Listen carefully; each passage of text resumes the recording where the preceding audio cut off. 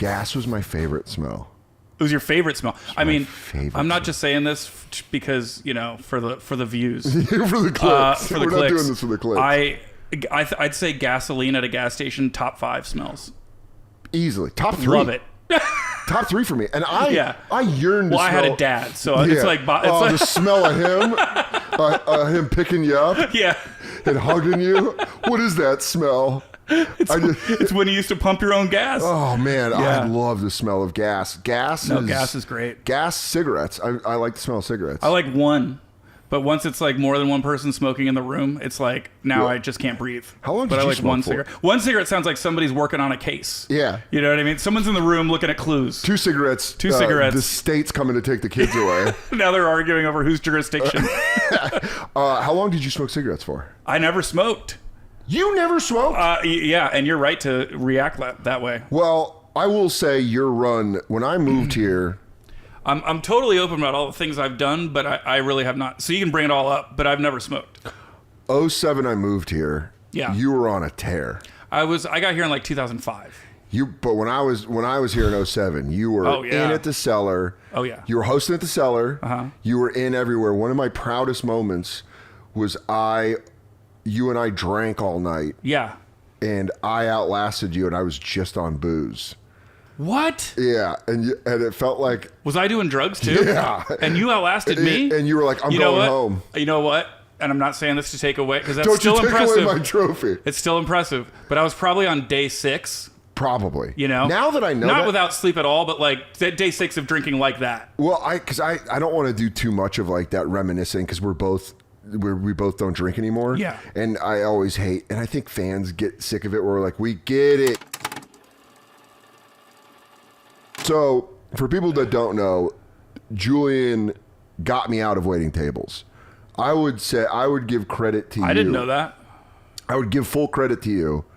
Well, I wouldn't give full credit. Because you were like, if he can do it, anybody can? No. I didn't even know this thing was going on. I did Montreal 2011. Okay. And when I signed with my manager, he was like, hey. Oh, yeah. I might have a gig for you. Yeah. And I was like, what's this gig? And he's like, you're going to meet the people from Guinness, and they maybe want you to host this show. And I didn't know what it was. I went and had Guinnesses with them. I was still drinking. I went and had Guinnesses with them. And then Gwen, who we both know and love, Gwen rules. She was like, oh, you came recommended by Julian McCullough. And then also your manager recommended you. Yeah. So when those two, and I was like, oh, I have to go meet this guy. But we were both Guinness brand ambassadors. Yeah. Weird. It was the first gig that got me out. Well, no, I booked like 9 colleges at like a conference once. That was when I quit the Stress Factory. Okay. But so you were at the Stress Factory when you were at Rutgers. Yeah. You were doing stand-up. Yeah, I was hosting, yeah. But you were the house MC. Yeah. Once I got good at it, it was like, Vinny was just like, he didn't really want to do it anymore. And so every weekend? Pretty much. You would do do Thursday through, Thursday through Saturday, yeah.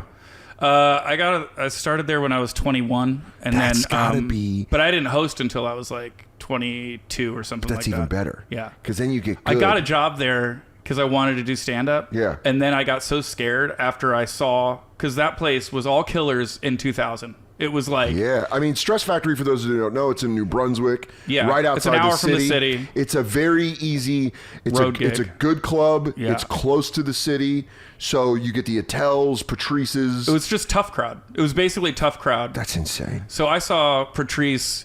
He would do 2 weekends a year, so I would see I'd see like 10 to 12 hours of Patrice a year. Crazy. I would see the but same then of you're Attell. You're also getting Geraldo, Ted Alexandro. But I didn't know Guinness got you out of Stress Factory, or one of the more things. or less. I mean, I got those colleges, but it kept you out. But it kept me out. Yeah. So the job was so weird. Yeah, I'm excited to talk to you about this because we've never got to talk about this. The job was, they hired me and they were like, we want you to host a show. They were releasing Guinness Black. Guinness Black was what it was called. And they were doing it. It was like basically like light. Already black. Guinness Light. It was called like, I I would have to look it up because this is over 12 years ago. Green was when I was... Anyway, it doesn't matter. But when they're launching a new thing, they hired this marketing company to put together a show. Yeah. And Gwen found you. Right. You did the... They were Colangelo. Yeah, Colangelo. Yeah. Colangelo was the company that was hired by Diageo, right, which owns Guinness. Diageo owns all the liquors they own that you everything. can think of. Yeah. Did you, when you signed to do the Guinness thing, I remember. Did you have to sign the same thing I did, which meant publicly you could only drink Diageo products? I don't remember that. They were like very, very strict about. They were like, since you are the Guinness brand ambassador. It sounds like they had bigger plans for you. I don't know, but they came in and they were like, yeah, you can drink Guinness, Harp. Oh yeah. Red Stripe. Yeah. I remember that part. The beers, yeah. They were like, the liquor, they didn't care. Yeah, liquor they can't really do, but they were like, do not drink. Did they take you to Ireland? Yes. Me too. Did you got to go? Yeah. Which St. James's Gate. St. James's Gate. Yeah, they send you to Ireland. They like all expenses paid. I was away. I had no money. That's so cool. That was your first gig, dude. I had no money. The only downside we haven't discussed so far is that it's not comedy. No. Well, that's what you find out. Yeah. So they hire you, and when you have a day job as a comedian and you're just trying to get out of it, yeah, it's like you don't care. Oh, you don't care. As long as it's not what you're currently doing. The stress factor was so breathing down my neck in terms of like I'd have to go back there and seat tables. So yes. like I was so happy to get it. And I was waiting tables just to the point where I had already done live at Gotham.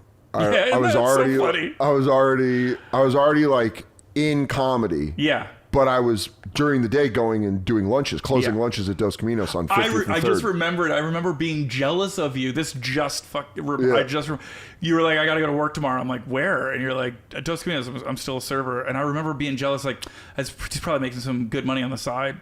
Like, I was jealous of your day job. Oh my God. That's how hard it is to do comedy in the beginning. Yeah. That I was jealous you still had a job. You got a stream of revenue. Yeah, I know. You're probably sneaking guacamole. Dude, guacamole, staff meal. Yeah. I would get to-go containers and stack 3 staff meals. Drinks. It's probably hard to steal drinks in a corporate. Not really. No. No, nope. Not if you got a private event with an open bar tab. Nice. And you go, oh no, I put in a prickly pear. You're just fucking sucking it down. And so I know, I put in 9 prickly pears. I go, where is all these? Oh no, this tray of Patron margaritas. And then you see your friend that you're a server with, where you're like, Russo, come with me. And you go to private dining and just like. And in your 20s, you can't get diabetes, so you just like chug 8 everything. Margaritas, dude, and you feel the same as if you drank water. Oh, dude, I would take down a drink with a straw. Dude, I had my friend Eli who designed the logo for this podcast. Shout out Eli. He found out, he's like, oh no, take these straws, cut them, then you can drink it faster. Yeah. So we put it in like fucking walrus teeth and just fucking suck down margaritas. That's great. But Guinness came to me and they were like, hey, we want you to, they hired me. Yeah. Which immediately I was like, great. And then I went up to the Colangelo office, which was, 2 things happened that day. Did you have like a tryout or anything? They came and saw me a few times. They came and saw me do stand-up at Stand Up New York. Yeah. That was it. Yeah. And then I met with Gwen, and then I met with the Guinness people. Yeah. And the Guinness people were like, we'll hire him. Right. Because That's great. And then when I got hired, I didn't know what I was doing. Right. I just knew they were like, oh, we want you to do these shows for Guinness, which in our brains are like, it's comedy. Yeah. And then I went up to Colangelo, and they were like, we're going to lay out what you're really doing. Yeah, exactly. But then they gave me my first check. Yeah. And it was for $7,000. Yeah. And that was like... And I remember dancing at the train station. I was dog sitting for Bobby Kelly, and they gave me that check, and I went and bought my first laptop. Me too! That's nuts. I got my first check from them. Yeah. And I forget what it was per show was the fee. Yeah, they pay you per week. Was it per week? Or it was per blocks of city. So we would do it was city. It was by city. It was by city. Because you do right. 3 nights. Right. You would do 2 nights, 3 shows a night in each city. What were we getting a week? 7,000. Was it 7,000? Because I think total it was like 49,000 for like. I mean, that was like more money than you ever. That was more money than my dad ever made. Yeah, I called my mom and she was jealous. Yeah, she's like, that's a good amount of money. Yeah, That's when I started sending money to my mom and grandma. I didn't do that part. I was also sending money to your mom and grandma, but it was for something else. But it's for nudes. Yeah. I remember I got out of Caroline's. I had gotten the check that day, or it just cleared or something like that. Yeah. And I got out of Caroline's at like 12:30 a.m. and I was done for the night, and I was like, I think the Apple Store is open 20. I didn't know what to do with myself. I had so much energy. I'd never had no financial fear my whole life. I mean, even when I was a kid, and you probably know too. Yeah. I mean, my parents used to talk openly about, I don't know about rent this month, Dude, my mom told me when my dad was dying, you can see your father one last time or go to his funeral. That's how much money we have. And you're like, that's pretty dark. That's pretty bleak, Trish. Which one's cheaper, live or dead? I go, I'm going to go see him alive, which actually was the wrong choice. She's like, you chose wrong. Say dead. Now you have a new choice, dinner or therapy. Yeah. Albany, New York. I'll be coming to the Funny Bone. I haven't been there in a while. I'll be there November 29th for one night, Albany Funny Bone, and then Vermont. I'll be at the Vermont Comedy Club. I don't know why I said it that way. That sounded weird. Like I've never said the word Vermont before, but I have. Vermont Comedy Club. I will be there the 30th of November through December 2nd. And then, of course, December 8th, Royal Oak Theater in Royal Oak, Michigan. Buckhead Theater in Atlanta, December 9th. And then the following week, I will be at the Vogel Red Bank. Early show sold out. We added a late show. You can get tickets to that. And then December 16th, the Fillmore in Philadelphia. And then that's it for 2023. So go to dansoder.com for those live dates. And again, we hope we're enjoying the podcast. So, but yeah, you were saying you anyway, I got out of, I just didn't know how to be. I remember I was electric. I just never had money beyond what I needed for the next week. Yeah. And so I was like, I'll buy, because a laptop, it's expensive, so it's exciting to pay for it. You still get that rush, but you're also like, it's for work. Yeah, it's a responsible thrill. I'm not going to just watch It's Always Sunny on this when I'm hungover. Oh my God. So I rode my bike over to that, Cube. On Fifth. That's exactly where I got mine. Nuh-uh. Greg Stone. How weird is this? Because we have the same career for the first 5 years of our careers, and we went and spent the same money on the same first purchase at the same place. I bought my laptop. Greg Stone, a hilarious comic, was working at the Apple Store, and he went, I can get you my Apple discount. So I went and returned the laptop. Oh man! And then I had to go eat I went and got street meat. Yeah. And then he was like, I'm coming in for my shift. I'll buy it for you. And I went with him and got that's amazing. I got like 40% off. It was insane. Well, that makes me mad. It was great. But I was on my bike, and I remember I rode my bike with that new laptop in my backpack, and I was just like, I'm basically rich. Yeah, dude, it was. I bought a carton of cigarettes. Didn't even blink. I hope I accidentally kill a poor person on the way home, because I can pay to get out of it. I'll cover it up. I got cover up money. Yeah. But then the job, they flew. I'm assuming they did the same thing for both of us. Right. Flew us to Ireland. Yeah. Put us in a nice hotel. Yeah. And then you go to St. James's Gate. Yeah. Which is where they brewery. make. It's the brewery. Yeah. And you get free merch. Mm-hmm. If you ask for it right. I didn't ask for it. Oh, dude, I was like, can I get that sweatshirt? But dude, my white trash brain went off, and I was like, such a train wreck anyway that I would have lost it same day, so it doesn't really matter. I remember going to the Gravity Bar, which is at the top. Yeah. And they were like, you're going to meet Fergal Murray. Yeah. Oh God, that name just for some reason gave me PTSD. Yeah.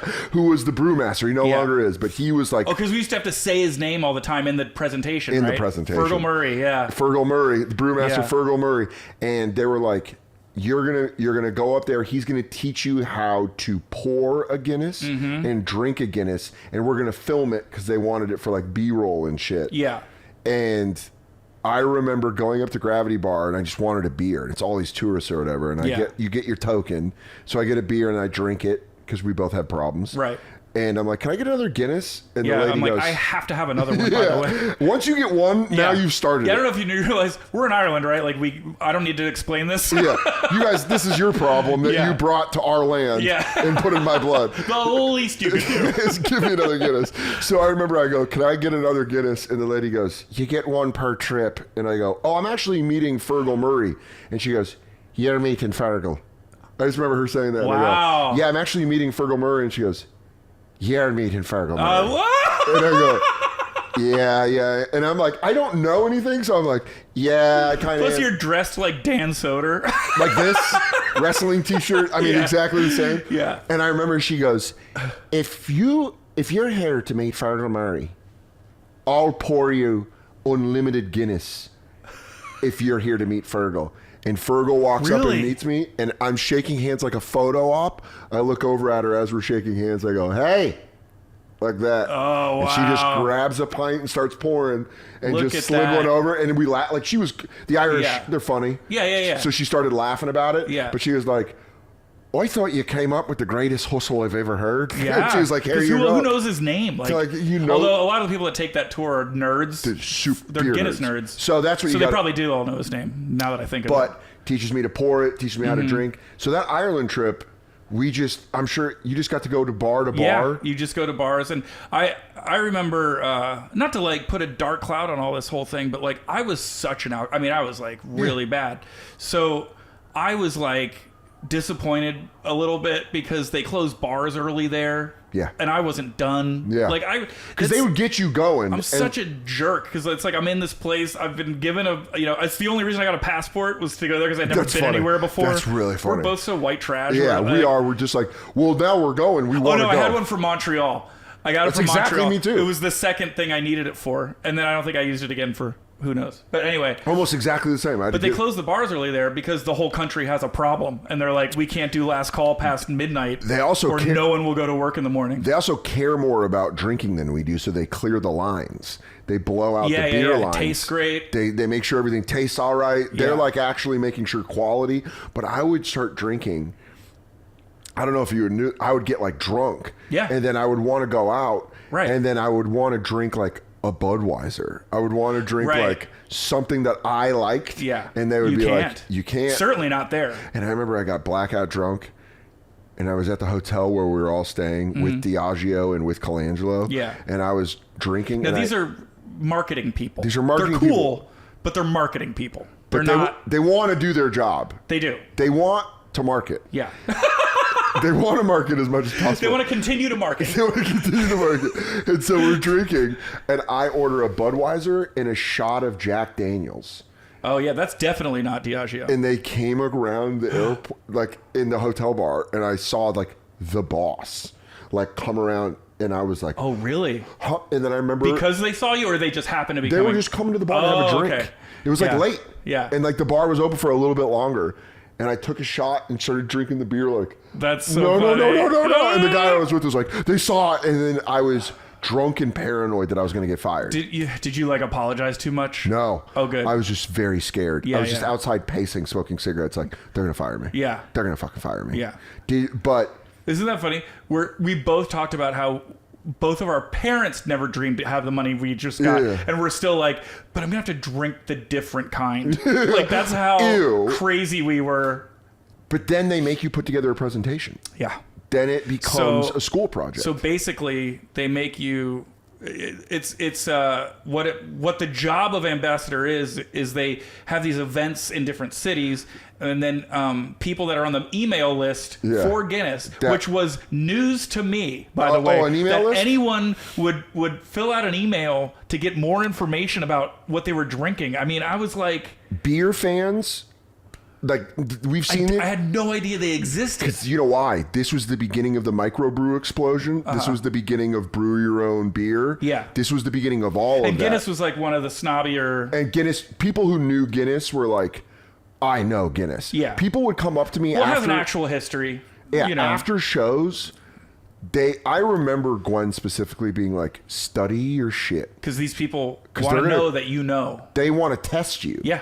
And they did. Yeah. You would do shows, but dude, I remember our first weekend of shows. I remember they'd ask me questions about Guinness to test me, and then I would test them. I'd be like, are you a virgin? What does a woman feel like? Can you explain that to me? And they go, I don't know. I don't fucking know. Like, Fergal Murray. Fergal Murray. Well, it's the water. The water is actually... God damn it. Dude, I would do shows. I just remember being like, the hype that they had around these shows, that they're like, these people are going to be so excited. So these people come to the event. They've been invited. They're invited by Guinness. And they are, as like, thank you for being a loyal Guinness fan, basically. Yeah. And we're going to have this event in your city, and you can bring one person. And and they walk in, and they give them a token. Yeah. To be like, here's your token for your free Guinness. Right. Which people then have their free Guinness, and just like us at the Gravity Bar, they're mad they can't have more. Right. And then they have to watch what I can only tell you is an alcoholic book report. Yeah. Yeah. It's like It's an alcoholic book report. That's what we had to do. It's literally a PowerPoint. It's a PowerPoint Literally a presentation PowerPoint. where they take pictures from you being in Ireland. Yep. They take pictures of the stats. Now we were They have pushing a picture of the port of like a painting of Sir Alec Guinness. Yes, and they let you know about the 900-year lease. Yes. And God. And you have to do. I remember some lines, and when I remember lines, it makes me want to throw up. Yeah. Because I remember I go 3 times a night. Guinness, and I'd go. The lines that make me want to throw up the most are. Do you know there's only 125 calories per Guinness? Yeah. That's the anti. What was it? That's the anti-beer belly beer. Shit like that. Oh, I don't remember anti-beer belly beer. I would say stuff and I'd be like, just fucking do it. However, if your fans are going to learn anything, Yeah. they should, because people like to learn from podcasts. Sure. Guinness does have fewer calories than a regular Budweiser. It really does. And people always make it. It is frustrating once you learn that. Because they go like, oh, was that a loaf of bread? Yeah, And exactly. you go, Like, oh, I didn't order a steak meal. I ordered a... It's the worst thing is where you And then we have to be like, well, actually... where you take something serious. Yeah. Where you take something corny serious. Where you go, I understand the jokes you're making. But it's 120. I understand we're having fun right now, but I actually do know the answer. You're like letting them finish the sentence, but you're like, I know, yeah, I know, but actually, and we're having fun. But actually, but you should know. You should just know that it is. Look, I used to be like you. Oh, dude. And now the line that always... Once you know better, you do better. The line that always will stick in my head. Dude, that 900-year lease almost made me gag. The line, they signed a 900-year lease, which turned out to be a really great business, blah, blah, blah. Because you had to write a joke. I think my joke was like, talk about rent control. Yeah, exactly.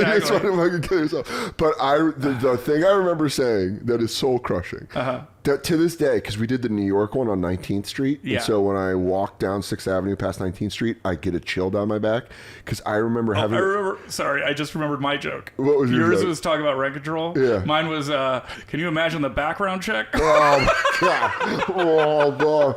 And I remember when... Oh, but dude. That's what they wanted. Because they wanted corny, they wanted schmozzy, and then I remember they would bring out test beers. So you could do the Guinness Stout. Oh, yeah, the flight, Guinness, the little tiny ones. And they'd do like a little flight and you could try it. But, dude, I remember going, oh, it's going to make me throw up.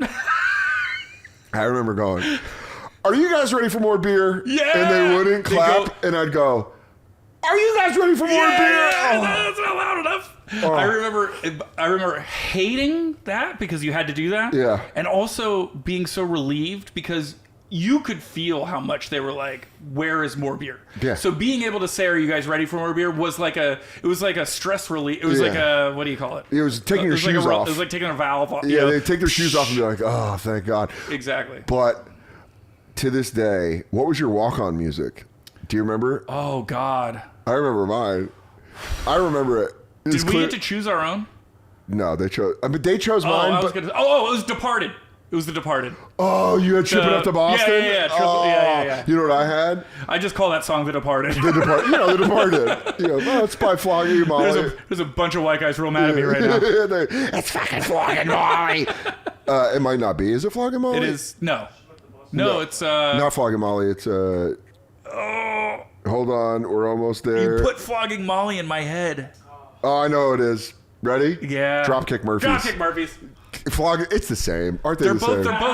They're both hitting or kicking something. Hitting, kicking, dropkick, flogging. You fucking get it. Murphy, I'm assuming Molly, flogging is Molly Murphy of some kind. Dude, I had White Stripes, Seven Nation Army. Nice. And it, to this day, when I hear. I think I did too. I think they chose that. Dum, dum, dum, Yes. dum, dum. And they go, ladies and gentlemen, your Guinness ambassador, Dan Soder. Dum, dum, dum, dum, I remember dum, now. dum, dum. Departed was the promo that we did. That was the music. They would show. That's what it was. So they would show a hype video before the show. God damn it. That was the most boring B-roll you've ever seen in your entire life. It was just like outside of St. Gibbons, then a picture of us somewhere. Yeah. Like and it was just like lines of people just like them waiting to go sit and watch a presentation. Oh, God. But they would play the Departed song in that. And then Seven Nation Army was also my thing. So they must have just like used it. Yeah, just recycled like the if music. it ain't broke. But let me tell you right now, dude, the LA shows, we started in San Francisco. It was rough. Yeah. Real rough. LA, everyone came in, had their beer, their hors d'oeuvres, the little baguettes or whatever they're handing out. And then there was 3 rows of chairs. Now I'm remembering eating all that food because like... Stress eating? Yeah, just like... So they have 3 rows. And in LA, the front row by the stage sat looking at the event, not at the stage. Oh. And then I went on stage and they didn't turn around. So I had to do the whole thing with the full front rows backs to me. Why? I don't know. Oh, but I kept God. looking at Gwen going. Yeah. But keeping that energy of like, are you guys ready for more beer? Dude, I remember having so many fights with them about I need to make this funnier because I want to die. I want to die. You also doing weren't this. allowed to talk to the audience. They said that. They're like, I don't know if that was different from remember. because I came after you. Yeah. I don't know if they changed it. They were like, you do not talk to the audience. Okay. You do not go off script. Right. You. That part was I remember. Yeah. By the end of the tour, I was drinking 3 Guinness. I mean, I drank so much. Yeah. 3 shows a night. Yeah. I was drinking 9 Guinness. Oh yeah, easily. I gained so much weight. No, but actually you didn't because it's only 125 calories. But oh my God, yeah. Oh, let me see that, dude. I knew I was gonna need my glasses. Yeah, bust out your glasses. Watch oh this, my dude. God. Oh my God, you can see the half-empty Guinness behind me. Oh my God, there's a picture of this? Can you, when you edit this, Why you do put you it? have a picture of this? He found it online. Oh man. Oh God, we were children. You know what's funny is did they buy you clothes? Look at the look in your eyes. You so don't want to be there. Yeah. Yeah. That's amazing. I was also trying to grow my hair out. It was a terrible, terrible decision. Did you Google me doing it? I have no idea. Oh, okay. To look it up if they could find your picture. I've never looked. I have no idea. But dude, they bought me clothes. Did they buy you clothes? Yeah. And I just remember sweating like nothing fit right because you're drunk all the time and you're just like God. you're like you feel fat but you're skinny. I remember drinking like 9 Guinness a night. And then There was a jacket. I remember there was a jacket. They give like you a blazer. Yes. Oh. Yeah, a blazer. And then you'd have to... you have to put the jacket on. It felt like putting on like responsibility. It was sucked. awful. Dude, by the end of the tour, so I did it once. You did it once and then stopped. Did I? I thought I did it twice. I did it twice. Did you do it twice? I would have loved to do it twice. I did it once. Tried to quit drinking. Okay. And they were like, Guinness is coming back. They want you to do 10 more cities. Health insurance plus a raise. Whoa! And I was like, done. I'll do it. Yeah, absolutely. And then I started drinking. And then the last 2 cities we did, the last 3 cities we did was LA, Chicago, and then we had to move Denver. Chicago was rough. But Denver we moved because I did my Comedy Central half hour. And so I had to tape it then. So Denver became the last city. Yeah. And I was like, I'm going to quit drinking when I'm done. It's like you Denver's couldn't the do it last, anymore. Yeah. and I'll do it. But dude, LA, because the Diageo guys would come and hang out. Yeah, they'd come and hang out. Oh yeah, like sales reps, and they would. You got to be on it. I remember they would scare me extra for certain shows because they were like, so and so's going to be here. And like they were on my side. I mean, they did want me to do well and not get fired, but they were also like... They were your boss. Yeah. And they had boss they were energy. like, don't mess around. And they wanted you to kiss their ass a little. Yep. They wanted to show... The first tour, so appreciative. Anytime I met someone from Diageo, I'd be like, oh my God, you know what I love? Yeah. Diageo. Yeah. I love all the alcohol you make. I'm definitely not mad that my father died of alcoholism. No. I thought it was actually kind of cool. This is, in a way, what he would have wanted. And so I remember I did Conan in between the first and second tour, right? Yeah. And now I'm starting to get itchy. Now I'm starting to be like, but I'm because you're doing real comedy. It felt like it felt embarrassing. Yeah. It felt embarrassing to be on stage doing anything but comedy. Yes. Because you're it was so corny that you were like, because you're still insecure enough about being a comic. Yes. That you're like, people might think this is what I think is good. 100%. Today, no problem. Are you kidding me? Cue up White Stripes. I would do it in a heartbeat. I know I'm funny. I don't care. Yeah. Send me out there. I'll do jokes written that Jay Leno would do. Yeah. You know what I mean? Like, You're like, see, this is none of the relief. What's going on? This is crazy. What does this guy have a background check? They're like, he's killing with Guinness don't stuff. Don't care. But I remember the LA show. Yeah. I would always go outside and smoke cigarettes with the crew, the guys that did lighting, like Steve. Yeah. They were awesome. I loved them. I had my guys. And so we were out back smoking, and one of the reps came out, and he was like, how great is this? And I was over it. I was way over it. And he's like, how great is this? By the way, though, anytime, since high school, I've always hated the guy that's like, how great is this? Yeah. When you're having a good moment and someone says, how great is this moment? You're like, you ruined it. Now it was great. Yeah. And you just shit all over it. And marketing people, that's all who that is. That's their ethos. Their whole thing is, how great is this? They go, wouldn't you want to feel this all the time? But he came out. This guy's writing about you. Oh, no. Oh, you got reviews? For the second half of the hour. See, when I did it was really still underground. Yeah, you were, dude. Yeah. Dude, this is great. For the second half of the hour, there was a presentation on a small stage. The host was comedian Dan Soder, who Guinness had hired as an ambassador for the tour. I had a chance to chat with him before it all began, and he was an amiable, thank you, likable guy and a big Bill Hicks fan. What? For which he you scored were so drunk. I was, buddy, I was in the brings bag. up Bill Hicks that fast? You know what's funny? I'll tell you who brings up Bill Hicks. It has nothing to do with Guinness. I'll tell you who brings it up. A guy who feels like a fraud doing this show. You know who had integrity? Bill Hicks. I go, and I probably was drunk going like this. Yeah, I know Bill Hicks probably thinks I'm a fucking loser. Let me tell you something about Bill Hicks. Yeah, he died. He died of cancer. That portion of the show was interesting. Interesting. 3 short films were shown on the wall. A little advertising. Oh, pieces. remember those short breaks we got? Oh my god! The video where I would go stand behind the stage and just go, and just just chugging beer Papa, behind the stage. I'm coming to see you. I know. Oh my god, dude! It was Black Lager. That's what they were promoting. Black Lager. Okay. So in LA, we're out back smoking, and the guy comes up and he's like really giving the full like, how great is this? Yeah. And I'm not. This is a Diageo guy? Yeah. Okay. A big Diageo guy. And I don't know if people know that are not have never been in the corporate world.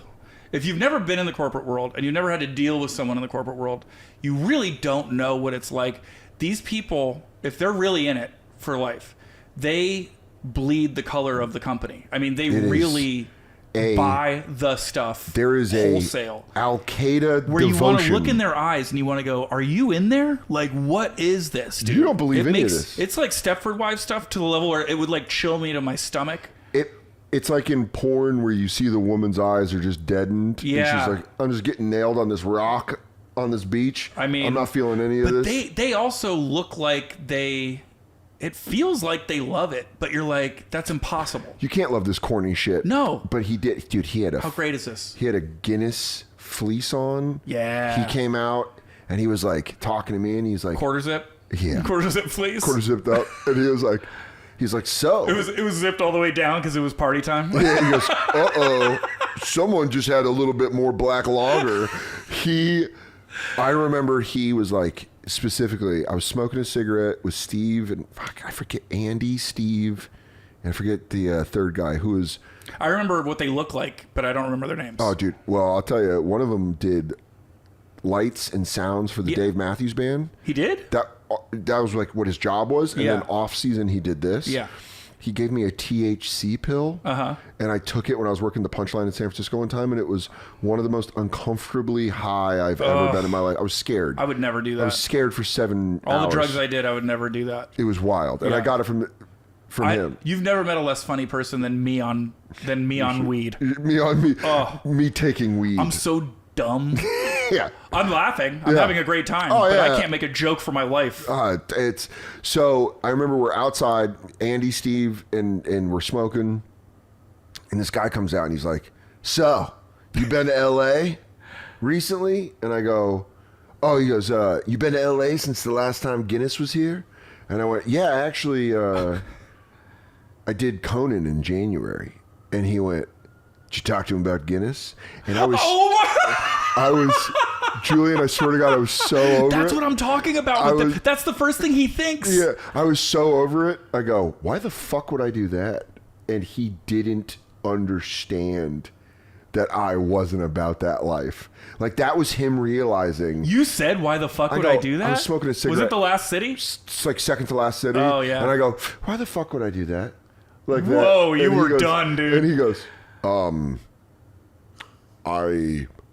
don't know. And I walked away, and Steve and Andy looked at me like, dude, what's wrong with you? And even me, I was like, why did I do that? You're like, I don't know if you know this, but Conan paid me $1,200, so I don't really need this job anymore. Goodbye. I can't believe you said that to the guy. That's so funny. That's like when like a kid goes up to Mickey Mouse in Disneyland, and Mickey's like, listen, kid. Yeah. He goes, kid, I'll take a picture, but this is all we're going to do. So we got to wrap up, but how did you leave it? Did the tour end and then you were just like, I'm done?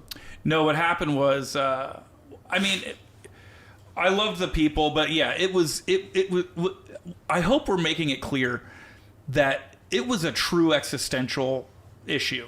It's almost exactly how the way you were talking about. Because the conflict of the money versus like, I feel like such a tool doing this. It was what you talked about your first set and you go home and the idea of what you thought you were is shattered. Yeah. Because I think you come up through, especially like through New York comedy of like, everyone's like, what are you, a fraud? What are you going to move to LA? What are you, like, there's a lot of that. There's a lot of that. There's a lot of like sellout stuff. Yeah, don't be a sellout. Yeah. And then you do this Guinness gig, which gets you out of a shitty gig that you don't like. Right.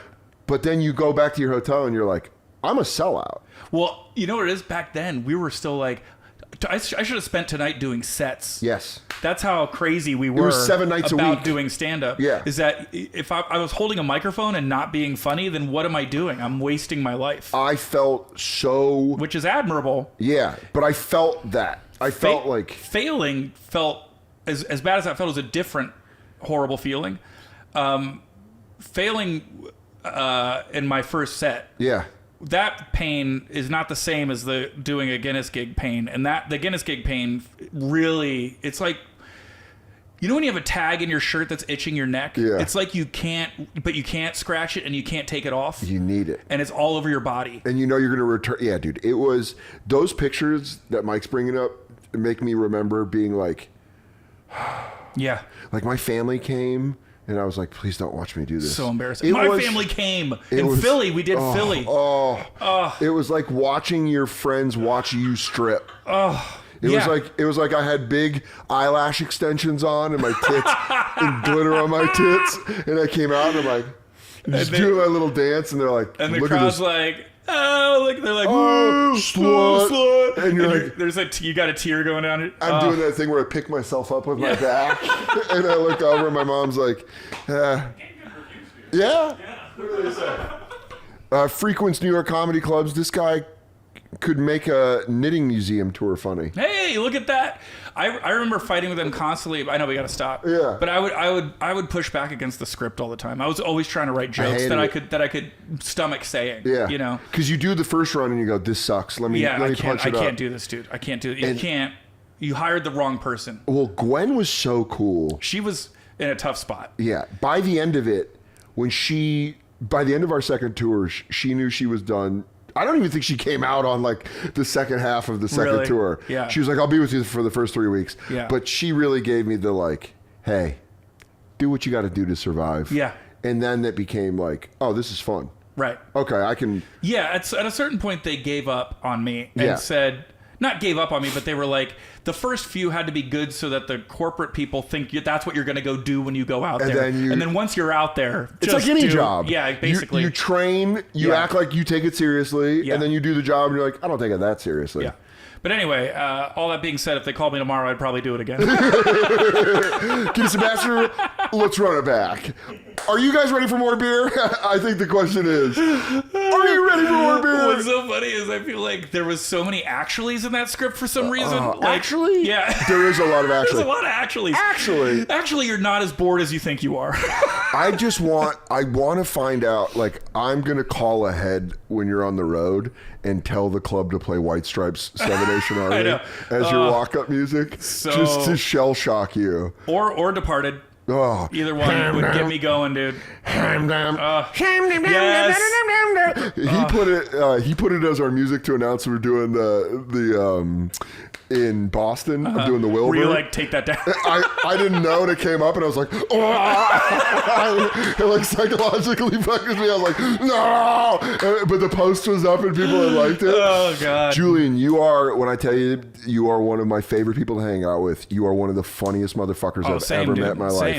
Thank you for coming by. I'm going to say something that people never say in comedy, all right? Yeah.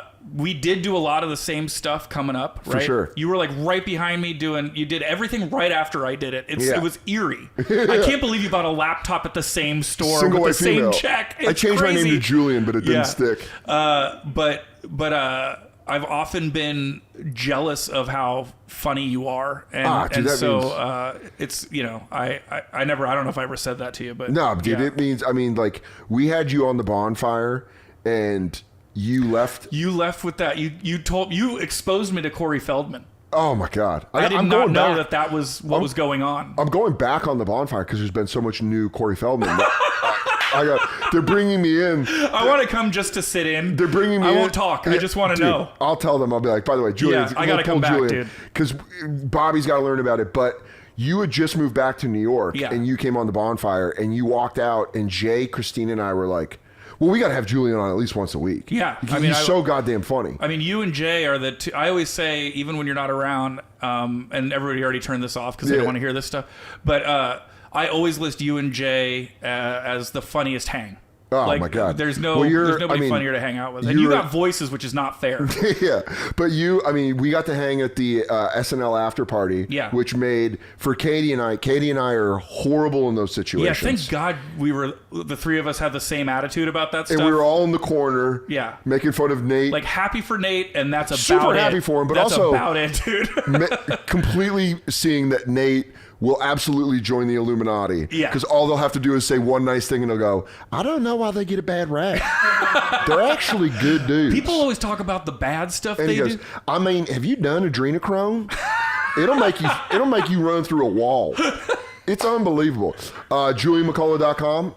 No, I'm just on Instagram right now. All right, so at Julian McCullough. At Julian McCullough. Follow him on Instagram. Yeah, one of my favorite people. I'm opening for Nate on tour. I'll be on a bunch of tour dates this year. So opening for Nate, but also go see him headline whenever you can because he's fucking hysterical. Thank you. Man, you opening for Nate. You want to talk about that? Like, you're such a seasoned comic. Yeah. You had a line that Katie and I talk about all the time where you go, sometimes you have a friend and you're like, yeah, he's kind of funny, and you let him open for you, and then he becomes the biggest comic in the world, and now I'm going first. Yeah. You saying that at this giant theater, I was like, dude, that is so funny. I go, and I also said that we were a group hanging out all the time back then, and I go, and every group of comics has one guy that makes it, and no one thought it was going to be Nate. Yeah, dude. And it's crazy. We were at SNL. We got to watch him do an awesome job, and it's just he just keeps doing shit that you're like, I know. It's crazy. He just keeps going. Did you see my post on Instagram? Yeah. I go, it's like you're standing next to your friend and he does a backflip off a balcony and dunks a basketball, and you're like, when were you going to tell me you could do that? But the fact that Nate's just like arena. I told Nate at one point, I go, I'm waiting for me to wake up on my couch in 2010 and Nate to be like, come on, buddy, we got to go to We got to go to Erie, Pennsylvania. It wasn't real. None of it was real. Yeah. I'm like, I gotta reach out to Katie Nolan. And then I'm I'm gonna marry you one day. Yeah, and then I come out of a bedroom door all hungover, and I'm like, I had the weirdest dream about Nate. Did you just have a dream that Nate was a global superstar? There you go. I had the same dream. I had a dream that Nate's face didn't look like a potato. Isn't it nuts? And no more puka shells. Also, Vecchione looked exactly the same. Yeah, that tracks. At Julian McCullough, I love you, dude. Thanks so much for. A massive Knicks fan, and then I was stopped? let down. Well, pain. It was like That's the best part of sports. Toxic relationship. The best part of sports is the pain. It was too bad. I'm not from San Francisco. My dead father is from there, and I wear a hat with his city on my head to connect to him. Just that pain. All sports is pain. It's pain. And I just go like, Daddy! And I put it on. Do you see me now? So one man show shit. Yeah. Daddy! Do you see me standing here? No, dude. If we change the name of sports to Daddy Pain, it would make so much more sense. It's just fucking Daddy Pain. Daddy. Anytime We did it. Anytime you see a sports celebration, it's them going, Daddy. So that's why you left the Knicks, because it hurt. It was too painful, man. That's the best 99, part. I was out after that. That's the stomping on the balls where you're like, oh yes, mistress. Yeah. Oh, and sports because you're a little maggot. Yeah. You go spit in my mouth. You're right. I should have stuck around, but I just couldn't deal with that. What? It was too much pain in the 90s. Yeah, and then there's a lot of every time pump fakes. What was that? Charles Reggie Miller. Pump fakes. John Starks. The pump fake was Charles Oakley. No. It sucks when sports goes bad. It sucks, but that's why you stick around. Yeah. This is the best thing about ChatGPT is go, who was Nick who got blocked repeatedly? I like that you're pro ChatGPT. I'm pro it, man. What are you, robot phobic? Yeah. What are you, robophobic? I'm a robophobe. I'm a robophobe. I'm a big time robophobe. I know they're recording me right now and they have all my info in ones and zeros. Privacy's over. Oh, well, privacy been over since MySpace. Charles Smith. You know what I'm noticing? You're talking about privacy? Yeah. Is it me or paparazzi has taken a hit? No one gives a shit about paparazzi. Paparazzi. Yeah, they're no, but it's robots and comedians. That's what we should roll. Yeah. It's robots. We've been rolling. Oh, we're rolling? Oh, Daddy Pain. Oh, yeah, Daddy! Daddy Pain is on there. Dude. You think we're going to let Daddy Pain be a B-side? Thank you. Yeah. Daddy! Every time I put on my hat. Is whores, robots, comedians. Comedians are journalists. Comedians are fucking it's hilarious. Big piece. Comedians are fucking, we're doing it all. Just watching whenever, one time I did bar 4 and I brought a girl that I was trying to date. Yeah. And I wore my glasses. This is before I got LASIK. You told this story in the last time I was on here. It just makes me laugh every time because that's the same energy that all comics have now. Yeah. Is that we're like sit down for the one-on-one. What's going on? What's really going Yeah, on? I didn't know if you were going to have me on here because I'm not running for an elected position. I mean, I would prefer if you did. Yeah. Let's announce it together. Hey guys, I'm Brooklyn running for City Council. City Council. My name's Giannis Pappas. Me and Sagalo were doing like the hard hitting, the people who really run the city. You know, being like here at the Pipe Fitters Union. Are you talking about the Jews? Well, I'm just trying to be current. I was trying to get into the zeitgeist. I'm going a layer up. I was going with the. I was going gays. Let's go with the Italians. Oh, the Italians. Yeah. Who think they run the city, but they're being controlled by the gays. No, I'm joking. I don't believe. Your apology was Jewish. Sorry, I'm just listen, I got ahead of myself. Yeah, I'm sorry, I apologize. I was making fun of the Jews. I didn't mean it. And now I apologize. I'm sorry. Dude, yeah, that's also the biggest thing is comics think that we can be everything, but we're also giant pussies. Yeah. We don't. Rappers want the smoke. Yeah, we don't want that smoke. Everyone goes, oh, but I like him. No, yeah. But I like him. Yeah. But dude, but seriously, he's a good guy. But no, I like it. sport pain is the best pain. So I'm glad you're back. Yeah, I'm a Knicks fan again, and it hurt. But it's like I'm back in, but it's a total bandwagon, so I feel ashamed. No. I feel ashamed. It's a bandwagon jump. But saying you're a bandwagon fan does more for you with sports fans than anything. It's like admitting to skateboarders you don't know how to, you're like, I'm a poser, and they go like, I'll teach you how to ollie. Well, I'm going to admit something on this podcast, and judge me if you want, and if you just judge me, whatever. The truth is, I started rooting for teams that had at least one white guy on the team. I don't know why that happened. I'm not a racist. Listen, let's be honest. Let's be very honest. I don't know why that happened. Because it's the same reason why you underdog stuff, I think. Sure. Mm-hmm. But it's also the same reason why you don't watch a black guy in a porno.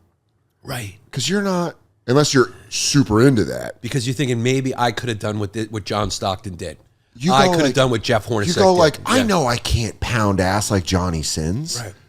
But just the thought that I'd be in the room, it's why this is the whole argument for the Black Panther franchise. Right. Little black kids need a superhero to look forward to. Right. You need a Slavic power forward. Or John Stockton at the time. I went to the Jazz. God, you went real white. I went to the Jazz. Yeah, I went as Kids white. now have Euro white. Yeah. I feel bad. They're not getting All-American, don't take the vaccine white. Until we got Cooper. Cooper Flag. I think he's double white. He's from Maine. Oh, yeah. His name is Is Cooper. He's from Maine. Oh, my God. And his name's Cooper. We're going to find out he was made in a lab by Miracle Whip. It might have been They're like, we're going to make the whitest thing possible. They might have just been watching the finals and said, we've had enough of this. They go, what is all the hopping and the jumping? We've just had enough. Cooper! We need, one. He still looks like a little boy, though. He does, but... He looks like he runs up and is asking if he can have a soda after he played a game. He's like, can you see me play? I scored 32. Hey, can I have a soda? And he drinks it with both hands. Yeah. But he is like 18. He's like, dude, he's dog, 17, he did 18. one. I think he did 1 year. He did 1 year, yeah. And he came in at 17. I didn't know He came that. in at 17. So I think he's legit 18.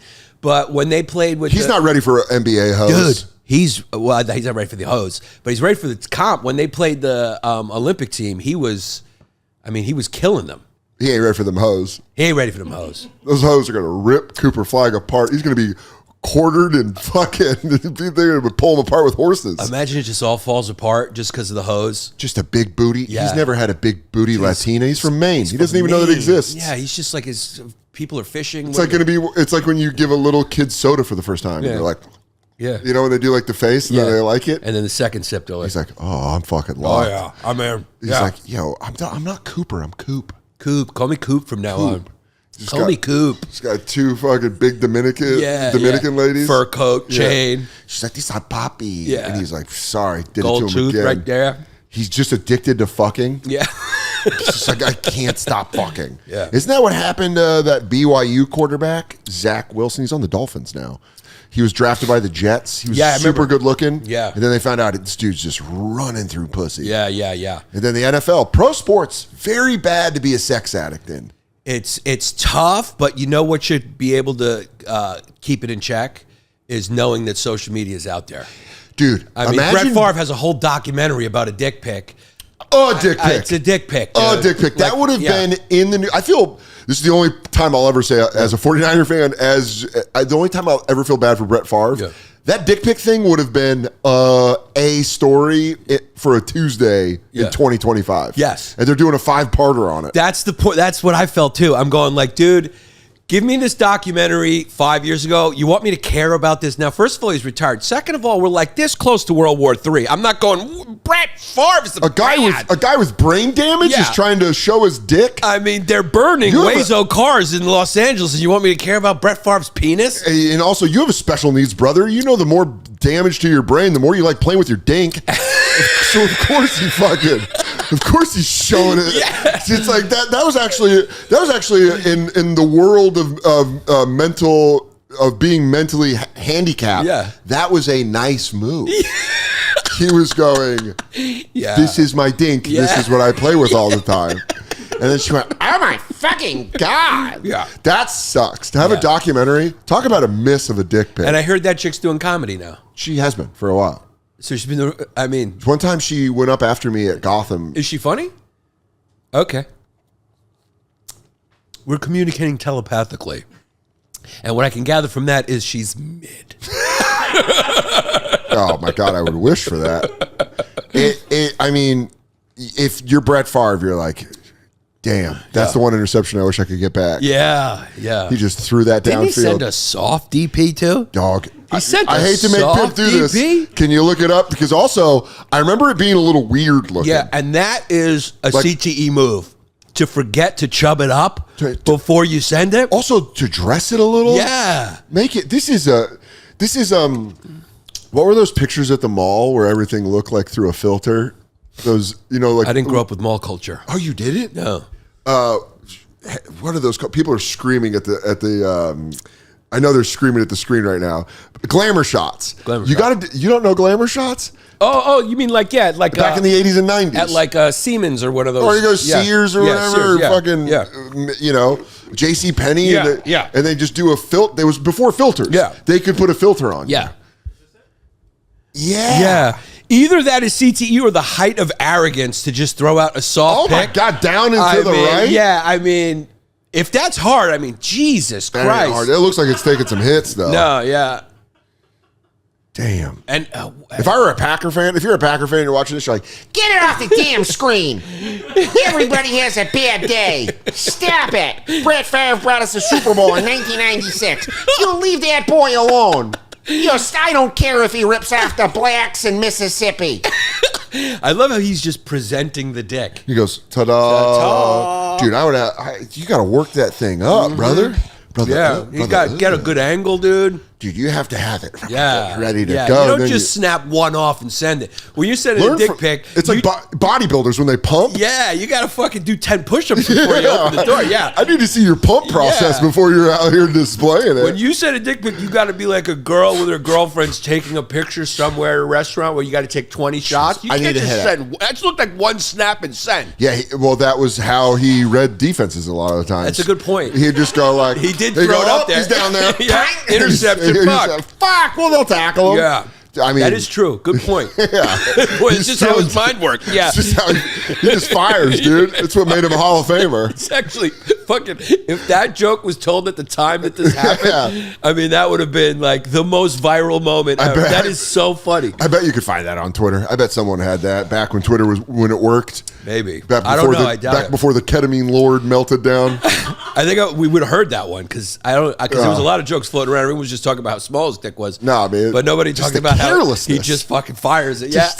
Brett, Yeah. take a read. Yeah. Just check fucking- down, yeah. my friend. He just closes his eyes. like, and fucking- There we go, Daddy. That was though. Say what you will. I know Brett Favre might not be a good dude, but man, the Monday Night Football game after his dad died and he went out against the Raiders and threw like fucking 3 and was just doing that. Was just like, I'm throwing it to you, Daddy. Daddy, do you see me, Daddy? Daddy Payne. Daddy Payne. Daddy Payne. Daddy. Dude, sports suck for that reason. When it hurts, it hurts. Were you super bummed when they lost to the Pacers, even as a bandwagon fan? No, because I'm emotionally not all in yet. Oh, you're like a stripper. I got 1 foot. Yeah, as a stripper. Yeah. Song's over. Song's over, baby. I'm sorry. Who are you? I'm at the job. Yeah, my friends are all fucking in the dumps. Verzi's in the dump. Verzi's like He's a Knicks first. Verzi's in the dumps. Yeah. And I got to pretend like I'm more hurt than I am because he's such a Knicks fan. I wanted to watch all the games with him because we're friends. And I was like, And you guys live close? yeah, we live close. So I was like, can I come over? And he was real trepidatious with me because he knew that I wasn't, he only wanted to be with Knicks fans. And him and Wow. his son are crazy. So I had to kind of pretend to be more into it than I was. Yeah, he's like so an I went old- over there and I was going like, damn. But I was really just enjoying the game. Oh, nuts. Yeah. Is that Timothy Chalamet? Yeah. Is Chalamet? Yeah. That what? close? Yeah. Kendall's doing something different with her hair. And Versy's like, you don't understand, bro. It's the fucking Pacers. Yeah. And you're like, He just keeps going, fucking cat. Cat can't play fucking perimeter. SEC. Yeah. Dude, but I'm in. You know what it is? He was like an old head in a gang, and he had to give that conversation where he's like, you ain't about this life. Yeah. He had to have that talk with you. He's like, yeah. stay in school. Yeah. Young brother. Yeah. You're making us believe. in the community, This and you ain't were like, for you. This ain't for you. Is that conversation? Telling you ain't built You're like, you ain't built for this. Nah, man, I love ragging and doing hood rat shit. And he's like, nah, young brother, your weapon is your mind. That talk with you. And you're like, okay, I get it. Because, dude, people want to watch 49er games with me, and I'm like, it's just, sorry, it's too much. Yeah. I know how it is when you're a diehard fan. Yeah, it's just too much. It's I'm emotional. too much. Yeah, I'm that way about the Giants and the Yankees. Okay. So I'm still about that with the Giants and the Yankees. And the Giants has been that pain. Oh, it's yeah. been a But when it horrible, returns, horrible pain. It's Atkin, the return of it. I know some people don't like sports, but we're trying to make this as human as possible. Yeah. Welcome to Barstool. I go, and another thing, bro. If you're not fucking hitting your parlays, you're a fucking pussy. When they get good again, it feels like when a family member gets sober. Where you go brilliant. like, yeah. Hey. Yeah. It's the prodigal son. You go, It's the prodigal son. I really fucking missed you. Yeah.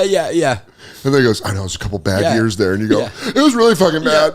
I kept the nightlight out every night. Every night. No, when you returned, I kept it. Do you want me to make, I didn't change a thing about your room. do you want me to make you some buttered noodles? You're back. It's very true. Yeah, and then they're good again. Yeah. And then when they get bad after that, it is like a family member falling off the wagon. You Yeah. go, I can't talk to you right now. Yeah. That's what you do with the Knicks. Yeah. You're like, this hurts too much. Yeah. For my own sake, I need to separate. Yeah. It's just I can't enable this toxic relationship anymore. It's too much daddy pain. That's what happened to me with the Knicks. I was enabling a toxic relationship. Yes. It was so painful, so frustrating. There was a period in Knicks where it was like the GM moves.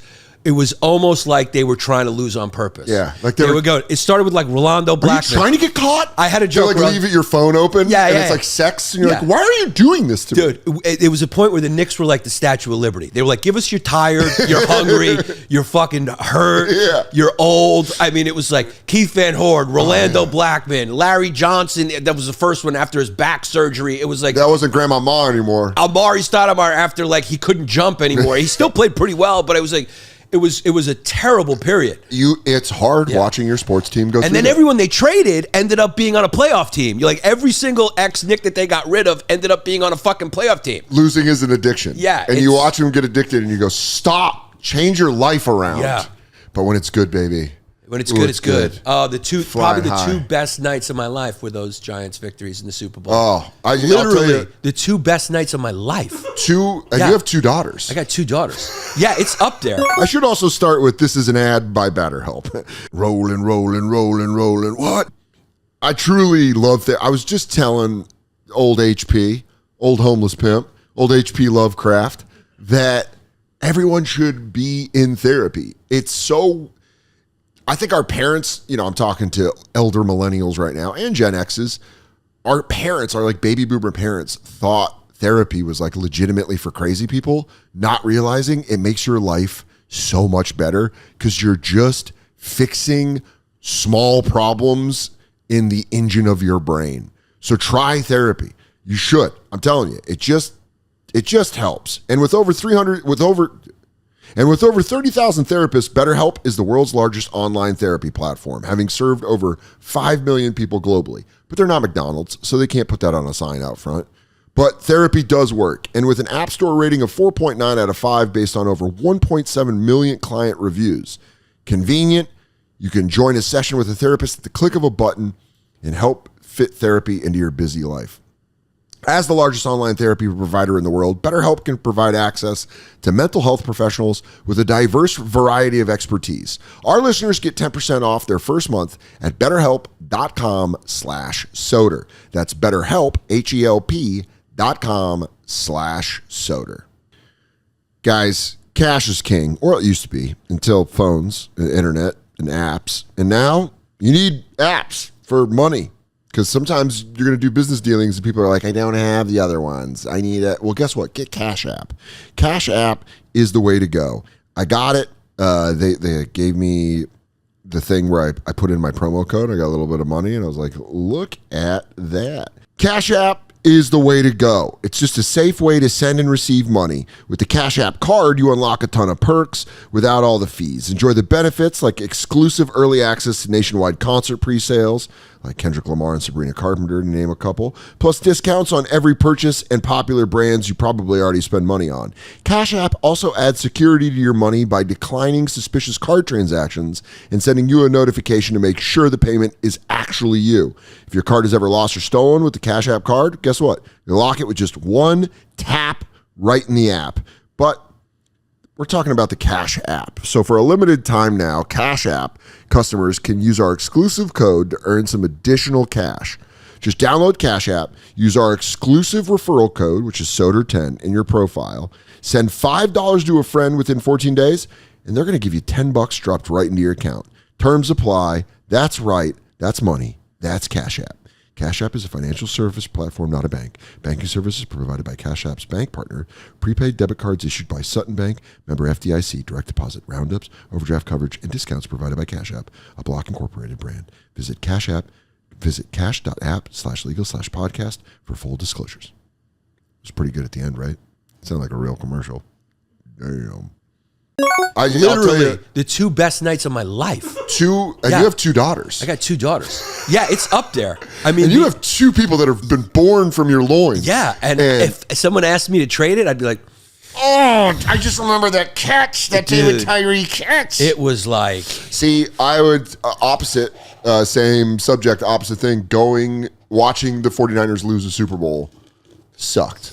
It felt like walking in on getting cheated on. You like open the door and you go, no, and then you just think the whole walk down the staircase, like, yeah. the fuck did I just watch? Yeah. That must have been tough. Yeah. It's worse. It's worse getting closer, I think. And that's what traumatized me about the Knicks. Did I tell you? It was so close. You know Dan Campbell, the coach for the Lions? Yeah. The guy that's, He's he's like, we're eating kneecaps. I fucking love him. Yeah. I don't know if I've told this story on the podcast. If I have, maybe you can edit it out. But after the 49ers, when they beat the Lions to go to the Super Bowl 2 years ago, Shane was doing stuff for Bud Light. And he's like, you can stay. I got 2 beds in my hotel room. You can stay in my hotel room, which is half the battle for the Super Bowl. I'm just going to say, Shane, buy him a fucking hotel room. He did. He ended up giving me the hotel room. He ended up getting buy him a hotel. He ended up getting Bud Light got him a whole other room, which was sick. And then Michael Che got a Super Bowl ticket through NBC. So Che's a 49ers fan. So we went to the Super Bowl, and it was fucking incredible. But then you lose, and you're like, why the fuck am I here? Right. It's like going to a funeral. And then you're in Vegas. Yeah. So it's just like, ding, ding, ding, ding, ding. And you're just like, leave me the fuck alone. Did you look at a bar and see like a cold Michelob Light and you went, turn around every now and then I get a little bit. It was like The Shining. Where they're like, we've been waiting for you, Dan. And I go, 12 long years. Give me a Jameson. And they're like, yeah, dude. What was his name? Carl? Oh, fuck. The bartender? I don't know. His name is different in the book than the movie. Yeah, I think it was Carl. Best damn bartender in the entire world right here. Yeah, dude, it was like going and watching that. Oh, but the reason I tell the story is, so I fly to Vegas, and I land at the airport, and I get off the plane, and Dan Campbell, in Vegas, you go down these giant escalators to go to these trains to go wherever you're going. So I come down the escalator. I'm by myself because I got a coffee. And I'm like, is that fucking Dan Campbell, the head coach of the Lions, who the 49ers just beat? I just wanted to walk up to him and go, like, I think you're incredible. Great season. Didn't know what I really was going to say. All I know is that when I got close to him, I could tell him and his wife were in an argument. Oh, that's so funny. And you just immediately bail. Because, by the way, it wasn't like a fight. It was like them going, I don't know where the train is. You just know the tone. Where he goes, I've been upset at my wife traveling too. He goes, I don't know. Because if I knew where it was, I wouldn't fucking go down there. And just watching me switch my suitcase. And like, nope. That would have been funny to watch him switch, though. Yeah, him going like, he'd be like, fucking, he's like, because if I would have known, thank your you. sister. Thanks. Hey, thanks, brother. Thank you, brother. Thanks. We all anyway, you bitch. Shut the fuck up. Thank you, brother. Thank you, brother. Yeah, hey, appreciate it. Great seeing you. Yeah, great seeing you. Good luck to you guys in the Super Bowl. Yeah. Because I said I was going to pick Cynthia up if she wasn't going to fucking call me. Yeah, dude. Having that spill out, because you live in the burbs now. I live in the country. So people, when they see you guys, it's always like, you're show ready. Like, I feel like in the city, people see you in Very funny. Yeah. in I know like, you- I bad know what you mean. situations. Yeah. In the city, you're like, dude, I saw Dan Soder. Looks like he's going rough, and you're like, yeah, I was having a bad day, and I went to walk to buy cereal across the street. Or you just, when you go do a spot, you just like, you're like, I live right there. I'm just rolling out. I'll roll back. Your hair's all over the place. I'm laying here watching an X-Files. Oh, dude, I put cologne on now. Yeah, you guys all get. I'm like, I'm going out in the city. Yeah, you guys get picture. Yeah. You guys get picture ready. Yeah. You, Brittany, the girls, everybody gets like picture ready. We're going to this. I know what it's like now to be like a tunnel, a bridge and tunnel guy. Wow. Because I used to be, everyone makes fun of them. Like, look, they Yeah. go put cologne on, they get ready. I'm like, it's fucking special, dude. They live in New Jersey. They're coming to the city. Whoa. Yeah, and they go, we're City going to life. the city tonight. But then they come here and you just go, I want out. Yeah. Help me. Yeah. Everything is tight. They're like, Everything is so tight here. too many stores. Yeah. Well, I wish there were stores still open. But, you know. Yeah, I mean, it's different. My life, it's totally different. How now. relaxing. And I talk about that in the special called Property Owner on YouTube. Oh, yeah. right now. I don't do good at plugs. No, but it's fine. It's click better the link. organically. Yeah. Click the link down below for Giannis' special. Yeah, thanks. Click it. It's out now. But it's a different thing. Like you come into the city, the things that you were used to in the city. Do you miss don't- it? Of course I do. Of course I do. Do you ever, when you get mad, do you ever bring it up?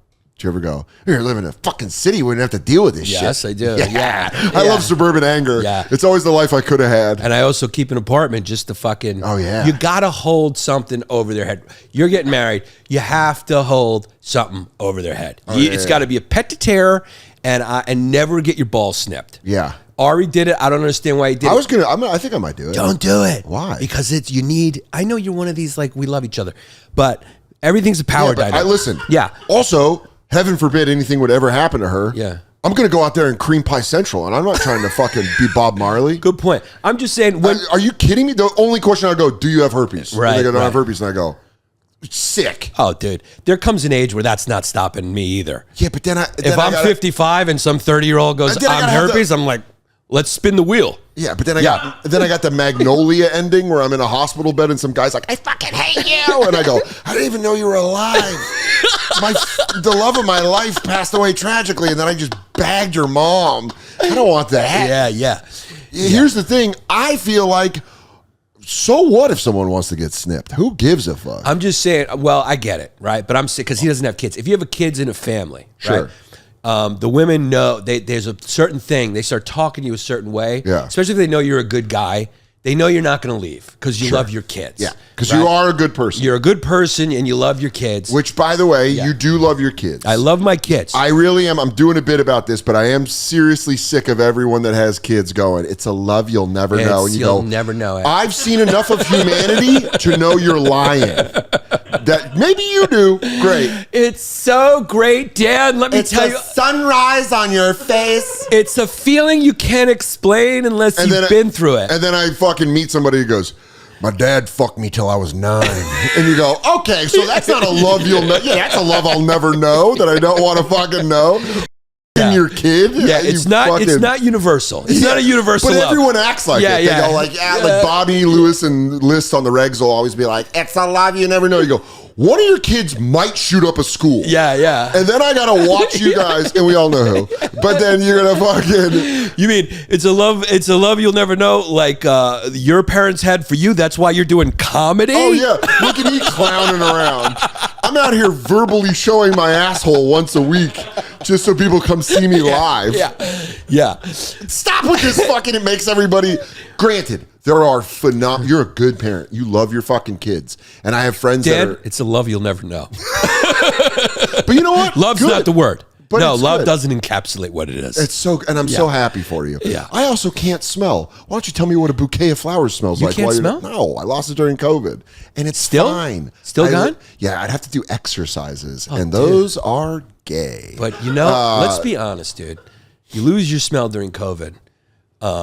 If you're not eating the pussy twice as much, Yeah, I mean, we should be into shit play by now. Yeah, I mean, you should walk in on me going, yeah. She's like, what is that? I go, I can't smell nothing. That would be the benefit for me. We play chest hair treasures, where I put her dump in my chest hair, and then I pick out little small pieces. I'd get it. If that happened to me and I lost my smell completely, I'd have a nickname by now. But no. They'd have a nick. They'd be calling me they'd be calling Yanni the hippo because I'm fucking in there. You go, do you understand you can stay submerged? Yeah. You can breathe underwater. I am fucking a crocodile. But I don't. That's what she sends me in for the things where she's like, because she has a very sensitive sense of smell. Right. And she'll be like, what about you? And I'll be like, you know the scene in Forrest Gump where they give him the 2 guns and he goes in the hole in Vietnam? That's just me on everything. She's like, can you go do that? I'm like, I'm going. I can't smell nothing. Picking up dog shit with your hands? Yeah. What? Throwing it at her playfully? So you have no smell. So that means you have no taste. Very dull. Holy shit. I can still taste stuff though. Yeah. Like, it's weird when I don't like something now because now I don't trust it. I'm like, do I really taste it? But I can. A lot of hot sauce. Yeah. A lot of hot sauce. Well, things are happening to you that is at least catching up to your look. Oh, yeah. Because when you were 20, I met you when you were in your early 20s. 23. And you looked 50. Yeah. I lived it. Because you look like like we've talked about this, you look like a frontiersman. Yeah. Because you have the genes of a frontiersman. I didn't use lotion. Yeah. And I lived at an altitude, and I abused substances. Yeah, I expect you to have like a shoulder that doesn't work anymore. Oh, no creak. Smell. Yeah, something that goes like, well, I lost the big toe back in the gold rush of '76. Yeah, dude, there was this movie that it almost looks like you have scar tissue on your eyes, like you were a fighter. Yeah, I mean, I do right here. Yeah, because I fell when I was drunk. You just have a look like you got attacked by a dog. You've over been here. through some shit. Yeah. I auditioned for Handsome and Rugged. Well, thank you. Yeah. I auditioned for. Well, thank you. A compliment always feels good, doesn't it? So Especially nice. when you're in a long-term relationship, they feel great. Yeah, I get none. Yeah, most men don't want to cheat. We just want women to go, I'd fuck you. Yeah, and you go, just say something nice. I would never cheat on her. Yeah. But thank you. Just look at you and go, you're a I could great never guy. lose her, but thank you. Yeah. I auditioned for this movie Brian Koppelman directed called Solitary Man, or he wrote, with Michael Douglas. Yeah. And I went into audition, and it was supposed to be for like a college kid, and I was 23 or 24 at the time, and I went in because Koppelman called me. He's like, listen, it's a movie. I don't expect you to get the role. We're buddies. This is a good thing for you to learn how to do, is audition in front of a big casting director. So I learned the role. I went in and I did it, and they liked me. And she was like, oh, I want to kind of see him again or whatever. And then I never heard from him. That's like a typical audition. Mm-hmm. But Koppelman, because it's his movie, he called me back and they go, yeah, they said you're way too weathered to play a college kid. And I was maybe a year out of college. And like Sam Elliott was trying to play a fucking Breakfast Club. Yeah. He's like, you want to know what my father told me? Keep smoking. Like, it was wild. It hurt. Yeah. I remember where it was. We were playing basketball in Queens. Yeah. And they called me and he's like, yeah, they said you look old as shit. Yeah. And you're like, oh, I was smoking a cigarette. I was like, oh, goddamn. Oh, goddamn, Brian. Yeah. Some people just like, they appear, or they present older or younger. Yeah. I like catching up to, it's the way that I say. I knew you were 21, but I knew what you had been through was 46. Yeah. Yeah. Remember when we sat there? And then you told me your stories and I'm like, oh yeah, this guy's got a couple of boo-boos. When we were sitting drinking at CB's upstairs. Yeah.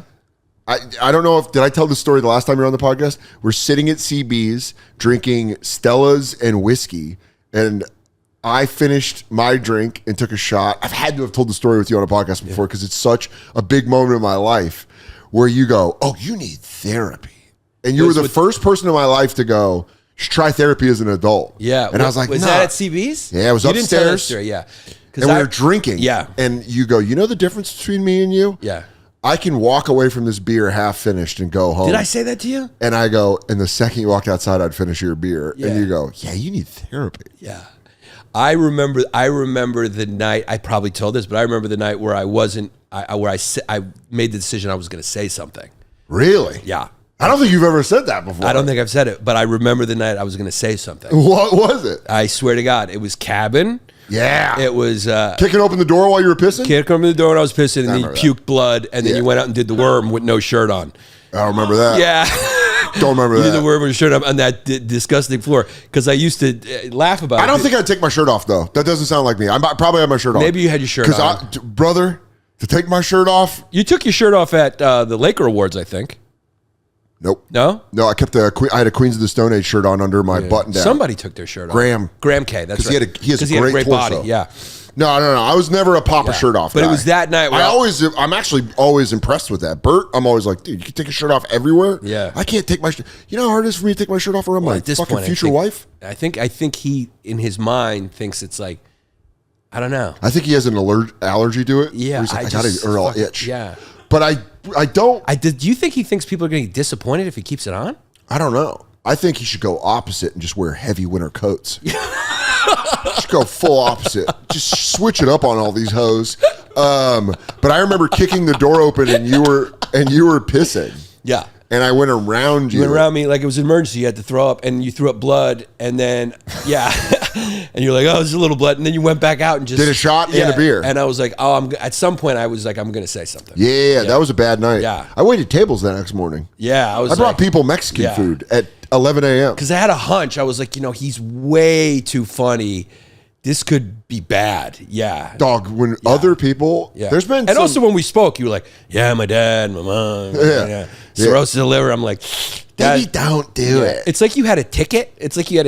Yeah. On a plane, just going to death. Yeah. And like you were, And you go, you don't have to get on that plane. You don't have to leave. I got a first class seat. I don't know if you know this. Yeah. I got room. Yeah. I got Comfort Plus, You're like, baby. I got Delta 1. I'm going to lay down. They're going to let me board a little early, if you know what I mean.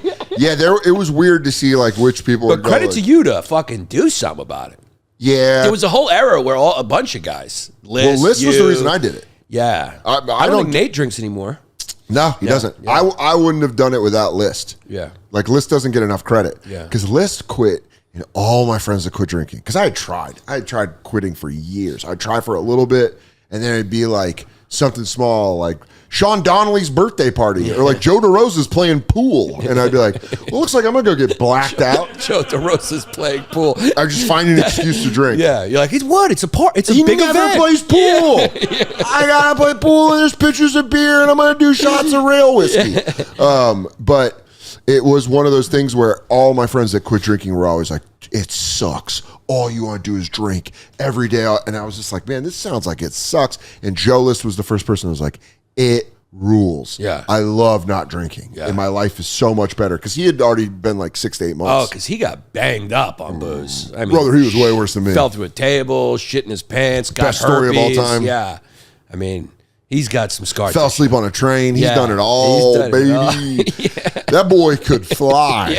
If anyone doubts Joe List could go, I'm just letting you know. That's what's fun now is seeing like the guys that like, I feel like a retired boxer. Yeah. And so like, Shane will be like, it's like when they used to do like Tyson versus Ali. Yeah. Like who would drink Tyson Ali? And Shane's like, oh, I wish he were still there. But I still take my pictures. Like I'm like, what you doing? Right here. Right here. Hey, You're like Ali, like this? Yeah, you come to my steakhouse and they go, good to see you, champ. I go, and they go, he took a lot of hits. Just alcohol. He's like, hey, do you remember in 1999 when you got blacked out at your friend Danny's house? I'm like, it is. It's just like tough to watch. You're like, oh, fuck. God, one of my favorite bits is Stanhope, Jake LaMotta. You ever hear that? It's the best. I mean, it makes me laugh. He does the whole thing. Stanhope's a guy where if you were to take a comic and be like, who is the most stand-up comic? Who is the quintessential stand-up comedian? Lifestyle, jokes, everything. Well, Doug Stanhope. There was a period where I was going to see him a lot. Like I went and saw him a lot because he did that special No Refunds Here at Gotham. And I was like, so I was like, I saw him like 4 times. And it was either like the greatest thing you ever seen or just a shit show. But that was him. But when we did a show in Syracuse and I opened for him, I was dating Jessie May, and it was Jessie May, me and him. And it was just, I got to say, like, the best. Yeah. The best guy I ever seen on stage. Stanhope, Patrice. When I saw those guys live, I was like, that's the best. if you get the temperature right. Yeah. If you get the temperature right. It's the best thing If in he the had the world. right cocktail or whatever it is. Dude, if you caught him on like maybe like a Friday early show and he'd had a couple, you're gonna watch like those Caroline shows where he'd come, you just stand in the back and you're like, this guy, Joe List said it's the best hour of stand-up he's ever seen. Was stand-up at Caroline's. I think the best I saw was of our stand-up was Syracuse. See, I would say the best hour of stand-up, and we saw the show together. Burr at Caroline's. Yeah. Me, you, and Nate sat on that back wall and watched Burr. Yeah. And I remember the thing that we all said was we looked at our phones after the thing, and we were like, that was an hour 10, and it felt like 15 minutes. Yeah. That was the one where the black guy got up, and he was like, sir, could you please not go to the bathroom during the racially sensitive material? I remember that, yeah. And then the guy's leaving, and he goes, great, now this guy's dictating my whole fucking set. Yeah. Because now I'm worried he's going to walk back in, and I'm going to be like, I didn't vote for Obama. Right. Yeah. He's going to miss the whole setup. Yeah. And then he was talking about quitting drinking, and the guy goes, rehab is for quitters. And he goes, oh, no, you're like a fucking boardwalk shirt funny. Yeah. He's like, the man, the legend. I remember him going off, and me and you and Nate saying it back, being like, that was crazy. He just got phenomenal. Louis at Caroline's in general, I saw probably all my favorite shows. I never saw him live do a long set. Yeah. Dude, I saw Louis do a fundraiser for his kids' But he's the guy school. that makes me laugh the most. Louis? Yeah. Yeah, I watched Louis do a fundraiser for his kids' school. Yeah. Back in the day, like 2008. Just fucking, you're like, I'm going to quit. I'm never even going to come close to doing any of this. 2008 was like season one, in between season 1 and 2 of Louis. Yeah. And he that was like the beginning. chewed up. Yeah. Well, he was already rolling. He did Shameless. 2006 was like Shameless. Yeah. And then 07 or 08 was Chewed Up. And that was the hour where I was watching him go around the city just hurt motherfuckers. Yeah. Just be on stage. Because that was when he had the joke, when girls go crazy, when girls go wild, they show their tits. When women go wild, they drown their kids in a bathtub. and that was when he's like, I want a woman with muscly shoulders. He's like, I don't want a girl. I want a woman that's lifted bags of groceries, had a nipple that's been chewed on. Yeah. That is like, I saw him do sets at like Rafifi, stand up New York for 10 people, and he was just everywhere he was going. He was just fucking murdering. Yeah. What sucks about Burr is Burr moved to LA right when I moved here. Yeah. So I missed what you and Nate got to see, which is him. Because him and Patrice both evolved at the same time. Yeah, but Burr was interesting because it was just like a turbo boost. Yeah. It was like he was good. Yeah, it was like he was good. It. He was good. He was good. You see him around. He was good, but you didn't see. It wasn't like, you were going, wow. And then it was like that special, and then that hour he was doing, you were like, it was like a turbo boost. Yeah, you saw the hour on Comedy Central, and you went, that was crazy. And then you went and saw the live hour, and that's when he was doing Let It Go. Yeah. That was when he was doing the, what are you, a fat?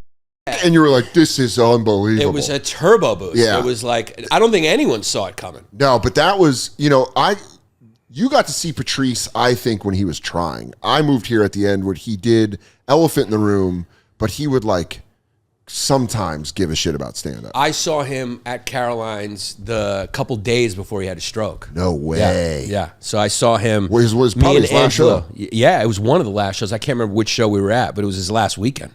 His last weekend, Caroline's. Isn't that crazy that Caroline's was the last weekend of Patrice, Bill Hicks? There's like a bunch of people. I think John Panette. Wow. There's been like a lot of people that Caroline's. Thank God they got rid of that devil den. That sin bin down in Times Square, rotting, killing all of our heroes. Yeah. I didn't know that. That's crazy. Isn't that nuts? Yeah. Bill Hicks in his book American Scream, I think he like says that's where he was like in too much pain to finish the show. In Caroline's defense, I don't think it was Caroline's that killed him. No. Yeah, I think it was other things. Yeah, I think it was cancer. Patrice was diabetes. Yeah, diabetes. Yeah, and John Panette was beating. He had like that hard, big party gut. Yeah, same thing with Mike DiStefano. He had that hard. And I think William Stevenson. Yeah, that hard tummy, dude. You get hard tummy, you better fucking change up your diet. Yeah, you can't. That food will get you. But that's what I was always saying. It's like the road will get you. The only thing worse than watching someone die young is watching someone get too old. And then you almost go, oof. Yeah. Oof. Jimi Hendrix. Fucking. That's that stand-up bit. Oh, yeah, that's right. He goes, it's good our heroes die early, so you don't have to watch Jimi Hendrix at the Super Bowl halftime show with Britney Spears. Yeah. His belly hanging out of his pants. Yeah, John Lennon fucking singing a jingle. Dude, Kurt Cobain, like, pushing for better help on the Kurt Cobain podcast. Dude, I don't know if I should say this. You can say it. We can always edit it. Perfect jeans, baby. It's summer. It's hot as shit. It's hard to wear jeans. So you're going to want ones that give a little, that breathe a little. You're not trying to wear hot jeans. But I'm telling you right now, Perfect jeans are comfy. They're They stretch right. They just fit you perfect. I just love them, dude. Also, they got the perfect tees. So they're doing the perfect jeans and the perfect tees. Buttery, soft, organic cotton cut to make your arms and chest look better. Bottom line, the perfect jean name doesn't just stop at jeans. Everything I've tried from them, like t-shirts, jeans, shorts, it makes me feel confident, fits perfectly, and balance is looking sharp, and like I'm lounging. The perfect jean always has free shipping, exchanges, and returns. You can have peace of mind knowing that your order is completely risk-free. So it's finally time to start crushing your nuts in uncomfortable jeans, and by going to theperfectjean.nyc. Our listeners get 15% off your first order, plus free shipping, free returns, and free exchanges when you use code SODER15 at checkout. That's 15% off for new customers at theperfectjean.nyc with promo code SODER15. After your purchase, they're going to ask where you heard about them. Please support our show and let them know that we sent you. So go get your nuts comfortable in the perfect jean. Love it. That's the rumor. Adrenochrome. Yeah, no, he looks phenomenal. I mean, Yeah, it's aging nice, but like going away. I think old people are scared, so they don't want to go away because they feel like if they go away, they're going to die. Like Joe Paterno. Yeah. Like Joe Paterno was like, What do you mean he's raping boys? and then like they're like, you got to step down, Joe Pa. He's like, I was going to coach this year. and they're like, you can't coach. And he's like, I'm going to die. he just fucking died. right. You take him out and he died, so maybe they're holding on so they don't. Some personalities, I think that's very true for. Yeah. Yeah, I think it's They some like- people can't just sit and appreciate a tree. No, you know? that's their consumption. It's Yeah. like, I got to go. I got to make go, stuff. I gotta go. I think Trump's like that. You Has just see to how be. he is. He's just like, what's this shit? You want to fight? Yeah. He's just out here like, you want to fight? And you're like, oh, because he's old. If he slowed that down, he's not going to watch a kid eat an ice cream with a puppy and go No. like, beautiful. No. This is what life is. He goes like, how much did you pay for that? Are you a Mexican? That kid likes action. Yeah, he likes loves action. That's what it is. Yeah, Loves action. He likes action. And by the way, that's the way fucking Hillary is. That's why Bill Clinton deteriorated so fast once he's like stepped away from like doing all that Bill Clinton Foundation. He was like, "Ugh," and they just like start shrinking because they need the, you know what I mean? Yeah. That's why Obama has a production company now. Yeah, Because if he stops, he'll be like, well, I made a deal with the devil. Yeah. And if I stop, I die. Yeah, yeah. It's like Crank. Yeah. Remember that Jason Statham movie? Yeah. We have to keep going or their heart explodes. Yeah. That's how it feels like the entire boomer generation is. They don't want to just chill. Yeah. They can't. No. Because in their defense, their parents scared the shit out of them It's also part of like American culture. to I never think. stop. To just never stop. yeah. Like it's just part of American culture. How do you think we got the Pacific Ocean? Yeah. I mean, when you meet someone in America, I remember noticing this when I went to Scandinavia, and it was odd to me. And that's when I realized, this isn't a truth. It's a cultural thing. Nobody in Scandinavia goes, "What do you do?" If you ask someone what do you do, they it's weird to them. Yeah, Whereas in America, when you meet somebody, it's like the first 3 sentences. So what do you do? So what do you do? I mean, you say that to strangers on an airplane. Strangers. Hey, what do you do? Yeah, like what's your job? It's like what we identify so much with is like our job. Yeah, so it's like a- it's our identity. It's everything. It's capitalism. Yeah. It's how you identify how much money do you make? What do Yeah. you do? The importance. Yeah, and Sweden, they're just kind of like, and you are a father. Yeah. We're here. We're just here. I live in the area. Yeah. And you go, yeah, but what do you do? What do you do? I walk to work. Yeah. And I work, and then I walk home. Yeah. And you go, no. How do you make your money? What do you fucking do? What I found What's crazy- your value? What's your worth? What I found crazy was Sweden was talking to us, and this is not political with talking about a political subject, how out in the open and in their face about climate change they were. Like me and my friend were like there in June, and we're like, it's a nice day, and they're like, but since climate change, it's too hot, and you're like, whoa, Yeah. whoa, Coming on a little strong. whoa, we don't even know if the science, but they treat us like we're crazy. Yeah. They're like I'm saying, like, I got that energy in Sweden and then in Holland, Yeah. where they were like talking about something, and they were like, before they were like talking about climate change as if it is a thing. Yeah. Not as if it's up for debate. Right, They right. just go like, before climate change, the canals would freeze and we could skate on them. Right. But now it doesn't get cold enough. Right. Not like, we own you, conservative. They're just kind of like, I don't know, it's like a thing that's happening, and Right. we're all just kind of acknowledging Yeah. it. You're like, Whereas, where's the dunk? You didn't dunk on me. how do you make your money? How can I dunk on you? How do you, yeah, that's exactly it. But how are you right? Yeah. But who's wrong? Yeah, what do you mean? What do you mean it's just a dunk. You just accept it as a fact? And they go, well, then we are learning how to live with it. And you're like, no. You're like, how do you guys don't monetize a disagreement? Which news channel do you watch to get that opinion on? You just can't. What's the point? There's no. Do you think your daughters are going to grow up to look at 24-hour news the way that we looked at smoking in hospitals? I think this is truly the first generation that's ever lived where I can't tell them what their life is going to look like, and I know it. Yeah. It's going to be so different from anything that humanity has experienced. Yeah, because you love ChatGPT, because now it's like AI, giving you Nick's facts. And you're right, dude. Some of it's ridiculous. Like, we're doing things, we're letting AI do things that we never thought, we need an improvement here. Like, when's the last time you were in an Uber, right? And you were like, this is cool, but you know what would make this fucking better is if there was no driver. Yeah. But when did everyone go, we need to improve this with no driver? Cut that guy's job. Yeah. It's like, I don't like that. Yeah. Dude. So it's like, we're just doing it because we can do it. So I don't know what it's going to be. But it probably could have a lot of good effects as well. Well, I think. Like robots that you can fuck. If you think that's when you know it gets hot. When the internet came out, everyone was scared about it until you found out you could jerk your dick. But here is my problem, and it's the same reason I got gun shy with when they gave us those thermos pussies. I don't know. What are those called? Fleshlights. Oh, you ever fuck one? At Moon Tower. Okay. They gave us all one. Yeah. And so every comic looked at each other when they got the bag of them. Well, I'm going to go to my hotel room. And I felt like a serial killer. Shout out the old Radisson on First and First in Austin. Yeah, because you're fucking a body part. I was just going like this. Yeah. I had my dick over the shower. I was like, ugh. And it felt gross. It felt great. Yeah. First off, it felt great. Shout out to that Fleshlight. Sorry, I pumped and dumped. Sorry, I jizzed in you and then threw you away. You didn't deserve that. But I never thought it is really like a very serial killer move. It's just like you cut a woman's pussy off and you're fucking it. It's disgusting.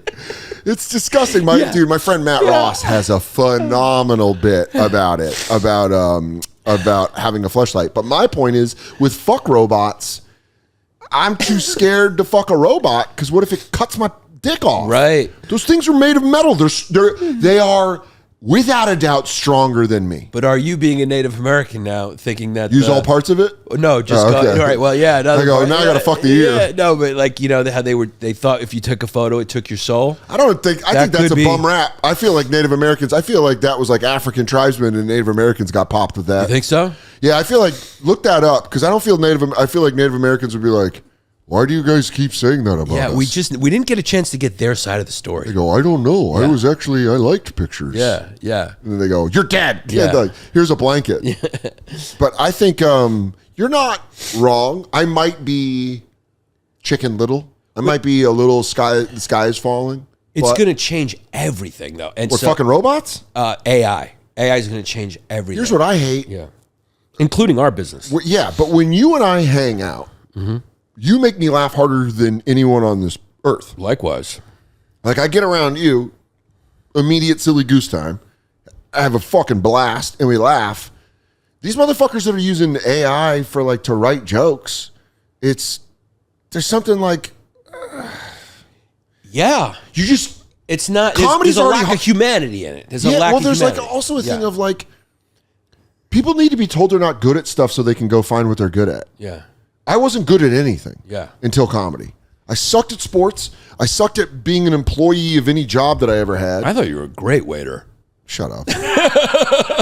I never experienced that. I don't know. Yeah, you did. You and Nate came by Dos Caminos. We never No, I didn't wait on you. You never do that to a friend. No. You never. Let me tell you something right now. You never do that to a friend. Yeah, would you go to your friend's strip club and make her give you a lap dance? Yeah, you don't do that. That's a power move. Yeah, that's you fucked and up. Nate sat outside the cafe. I remember that. That was the first time I ever got recognized on the street.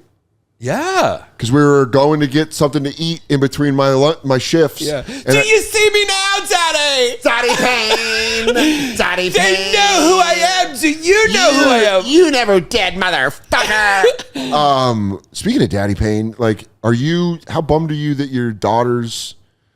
how do you explain your dad and your mom to them? Are you just like, grandma and grandpa? That's a good point. Yeah, I just have to continue lying, which is fun. I have to continue to build this lie. Because do they do? I'm obsessed with like. She is old enough to go like. Oh, she's starting to ask questions. But she knows mom's mom and mom's dad because they're around. Starting to put it together. It's like when you have kids, it's like you're. It's a love I'll never you're just know. like watching. It's a love you'll never know. It's like they're the dude in Memento, the movie, and they're just putting things together. Go. Wait a second. Grandma and grandpa. Mommy's got a mommy. Where's daddy's mommy? Where's daddy's mommy? So yeah, I mean, those questions are starting to come up, and I'm just like. Yeah, daddy's actually was hatched. Jesus. I don't have parents. God put me in a virgin. I've always been here. It's like I don't want her yet to know that. So I have to keep pushing these lies. But she's like, how did the dinosaur bones get outside of the dinosaur? And I'm like, see, those dinosaurs aren't real. Oh yeah, they're not real. But Jesus Christ, there's no such thing as bones. There's no such thing. It's just fiction. It's a cartoon. I just whatever to avoid that. I don't want to just go. Okay, we're on a ball. We're in the floating in nothing. Honestly, can I say to you? You look her face to face. You go. I don't know. I don't fucking know. And also, I recommend you believe in God. It helps. Other than that, your daddy's scared out of his fucking mind. Honestly, it's a little oil, but that is still a dry run. You go, and the gears, sister. They grind. Yeah. I'm gonna need you just to hold on. Yeah. Here, I want you to play this video game Frogger. Okay? Yeah. And this is a metaphor for what your life's gonna be. This is it. That truck is cancer. That truck is fucking a venereal disease. That truck is fucking AI. Best case, yeah. You play this game for 75 to 80 years. And that's about it. There will be a moment though, right? I know. That's coming. I know that's coming. I'm just trying to avoid the inevitable. I want her to get to 5 because she's about to be 5. They say the first 5 years are like the most important for the development. That's where you don't want to drop anything in the soup. Yeah, you just don't want to. They harden after 5. After 5, it's a little harder. So, I'm just waiting. In that 5th year, I'm just going to be like, guess what? You die. Oh, my God. And guess what? That's where my mommy and Good daddy night. are. I'm going to go, hey, guess what? You're going to die. She's going to go. Good night. And she goes, where's daddy? Where's your daddy and mommy? You go, my daddy and mommy are dead, and I will be sued. I'm going to go, hey, guess what? Every time daddy leaves to go on an airplane, he does like that. He goes, and also, with recent cuts to the FAA, we better do that. Yeah. You go, double When lock. I say goodbye to you, I'm not 100% sure I'm going to see you again. But have a great day at school. If I don't come back, be an artist. Just not a stand-up. Not stand-up. Oh, I'm doing everything I can to keep her off that fucking stage. That's the new poll. I hug her every day. I'm just like, I'm counting hugs. Like 56, 57, 58. Yeah. You're enough. You're good. You're enough. You're enough. Let's do the You're Enough song. You're enough. You're enough. Open mics are for bad boys and girls. You're enough. You're enough. That's the premise, the setup, and the punch. Now, what's worse, terrorists or comedians? Comedians. Say it with me. Comedians. You go, dude, what's crazy is I did not know Giannis's daughter went overseas as a freedom fighter. Backfired on you big time. Yeah, he told him Al Qaeda was the preferable of the two. I was going to behead her, but she is hilarious. The problem is she is funny. Is she? She's like class clown. She's getting in trouble a lot. She's very funny. She'll do and things. You love like, it. You do love it, don't you? Dude, she crawls on me. She'll crawl on me, and then she'll sit on my head and fart on my head. And nobody taught her that. She instinctively knows that that's hilarious. She instinctively knows that it's funny to fart on my head. She's learning. Yeah, she's becoming the way. Yeah, aware. Snatch the pee out of my hand, and she spits in your hand. You go, that's hilarious. Yeah. You might be perfect. Yeah, dude, that's gonna be. Yeah. Does she know that you're a comedian? She does know. Well, how does she know that?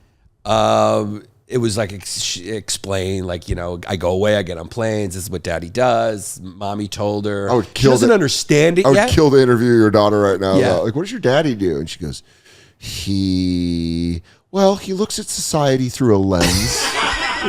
And you go like, oh, you get this way more than I thought you were going to get this.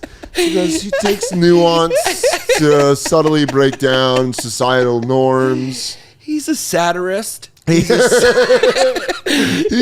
pontificator, I would call him.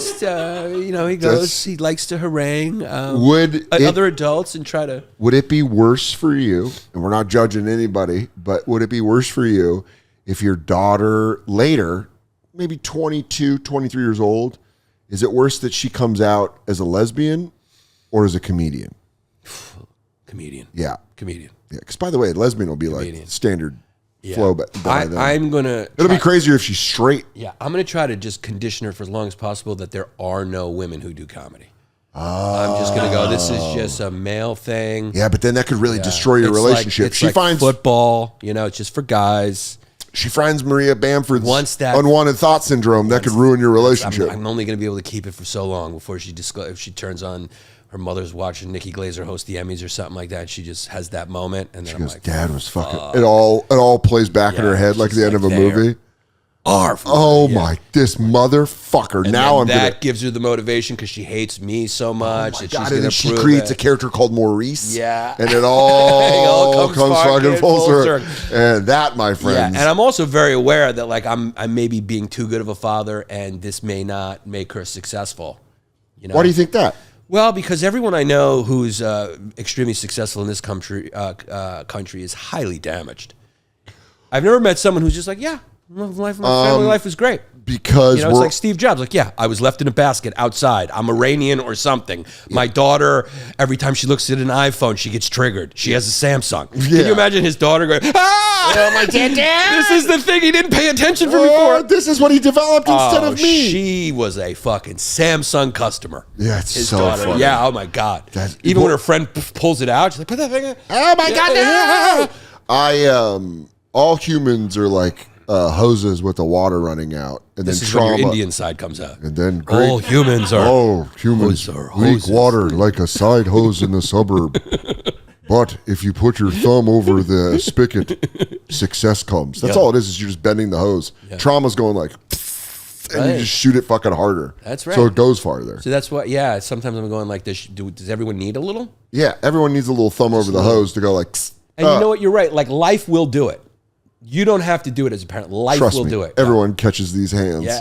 That's what life says. Yeah, everyone's going to catch these Life's walking around going, you think I'm going to tune up everybody in here? You're like, what are you? Oh, you had a good? And you go like, fuck. Yeah. Sometimes he beats you up when you're a little kid. Yeah. Sometimes he gets you when you're an adult. Yeah. But trust me, God and life, they're going to fucking beat the piss out of you. Oh, it will. You will. There will be a time where you seriously consider being a Buddhist. Yeah, well, that's why you always look at like, whenever I see someone being like, using someone as an example of like, look at their life, blah, blah, blah. You go, you have no fucking clue what's actually going on in that. You're seeing the outside.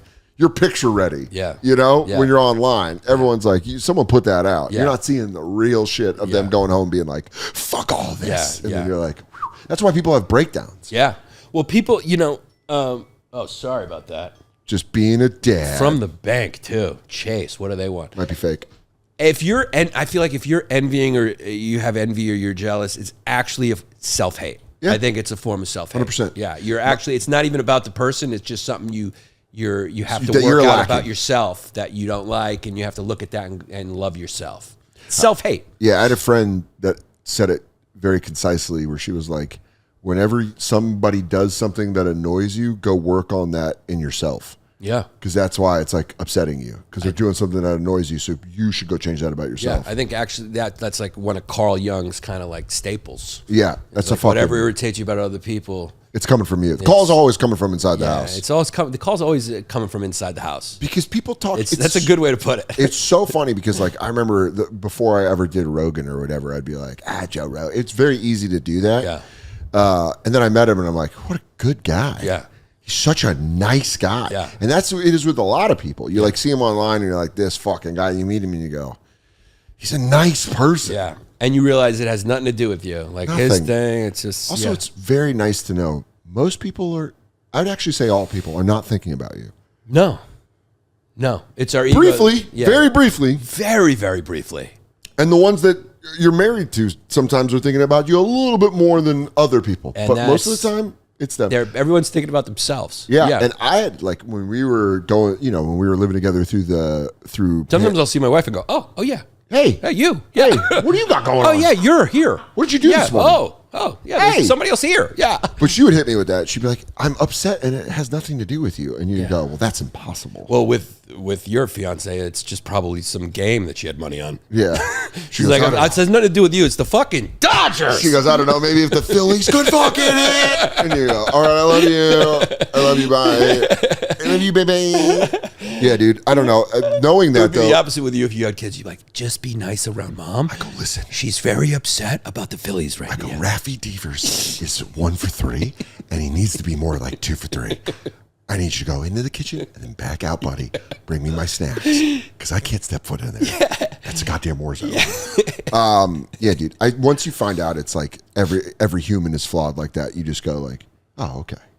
Yeah, because That's the part of getting older. Yeah, and I think a lot of times people's problems are because they think they're the only ones with them. Yeah. So when you find out everyone struggles with things, you feel a camaraderie.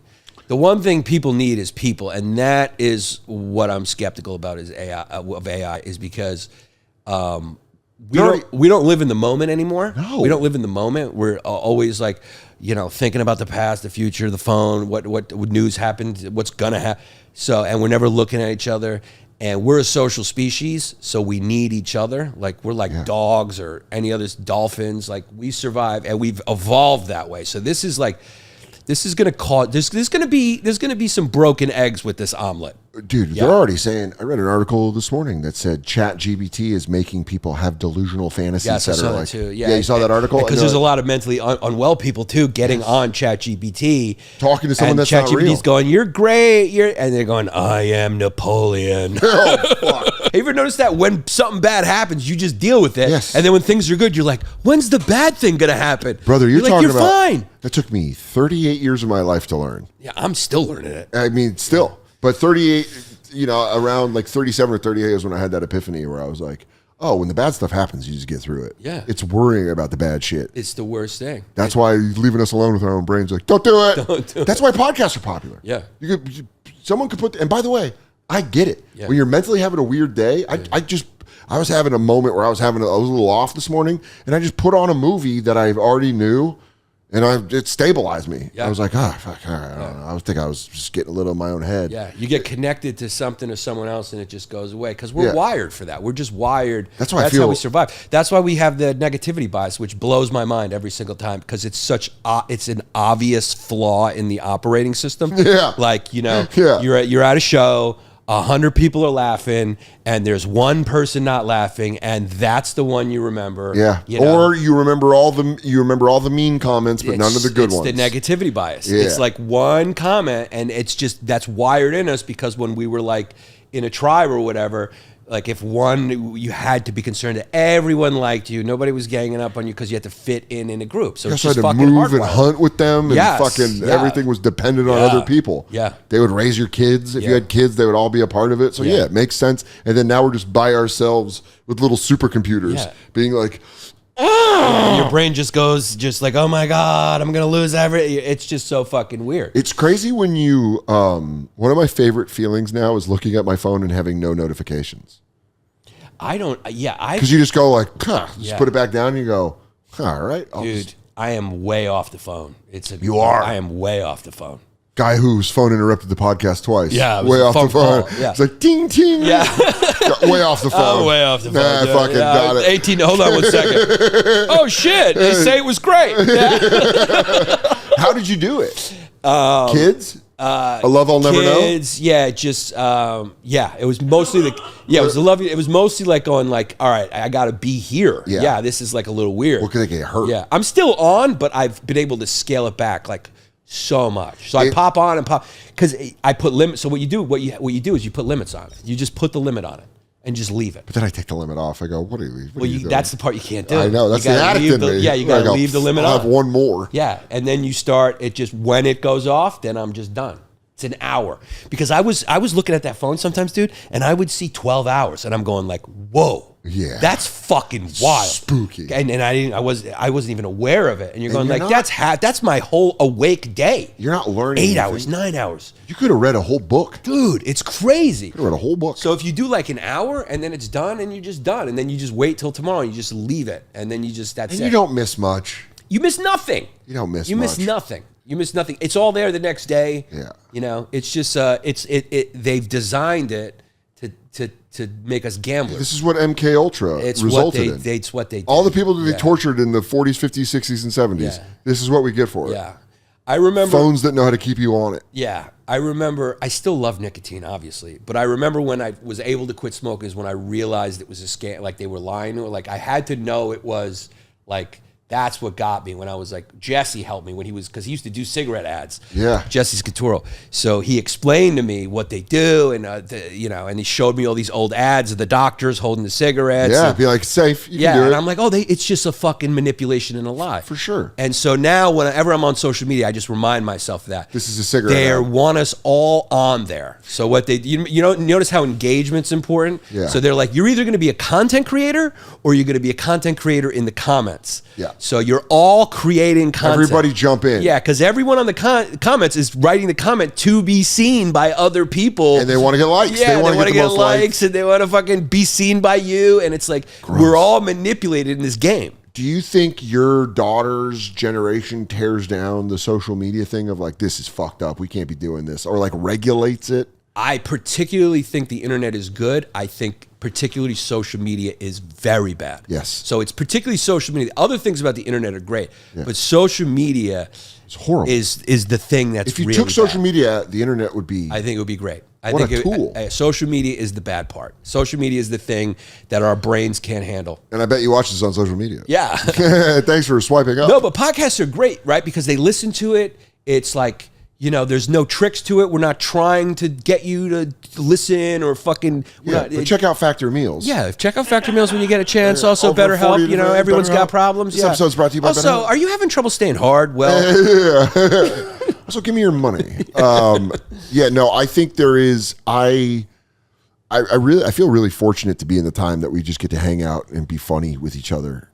That's like, and then I get to go do stand up. I feel very, very fortunate. yeah, we're in betweeners. It's very interesting because we came up in a world. With an industry. Yeah, we came up with, and also just like live and then TV, limited amount of. You know what? It mirrors growing up without the internet and then having the internet. Yeah. I grew up until I was like 11 or 12 before I had the internet. So I got my first 10 years with just no computer, like you would get on a computer to play like a game. A compact Presario. Yeah, or MS-DOS, or you go to the computer lab at school to learn how to do Paint or Oregon Trail, but it wasn't like it wasn't attached to you. Yeah. I feel like it's similarly with comedy. We came up when it was like old school, where it was like, try to get a late night spot, try to get a half hour, and then try for a network to like you to give you an hour. Yeah. And then now it's like, all those toppled. It's just it's like free-for-all. riding a horse through a city where fucking skyscrapers are leaning on each other covered in grass. Yeah, it's a free-for-all now. It is. It's just a free-for-all. And there are people that have zero interest in being funny and have all the interest in just getting eyeballs on it. Yeah. And they're going to fucking blaze right by me. They're going to blaze right by me. Well, dude, when I talk to my fucking manager now, it's like we're accountant. It's just numbers. He's like, need more downloads. This is what the algorithm wants. Then just what you got to do. It's Wizard of Oz. Tell them to go reply to the comments. This is you got to get in this ecosystem. I am the mighty algo. Tell me, what dreams do you have? Yeah, we're all like. The most disgusting job has always been advertising. Yes. Lying to people about a product. And we're all now marketers. We're all advertising, little tiny advertising agencies. We're like, wait, what's the cover look like? Well, the picture's got to be big. The same way title's got to be engaging. The same way that the telephone used to stay at home and you would be out and move, and then they found a way to put a telephone on you at all times. They've learned us comedians to just be selling all the time. Oh, it just turns. Oh, you want to tell your joke? Sell this first. Yeah. And you go, all right, well, here's. And then the thing I'm worried about the kids in this environment is like we were able to grow, in an unrecordable time. We were able to make mistakes and grow.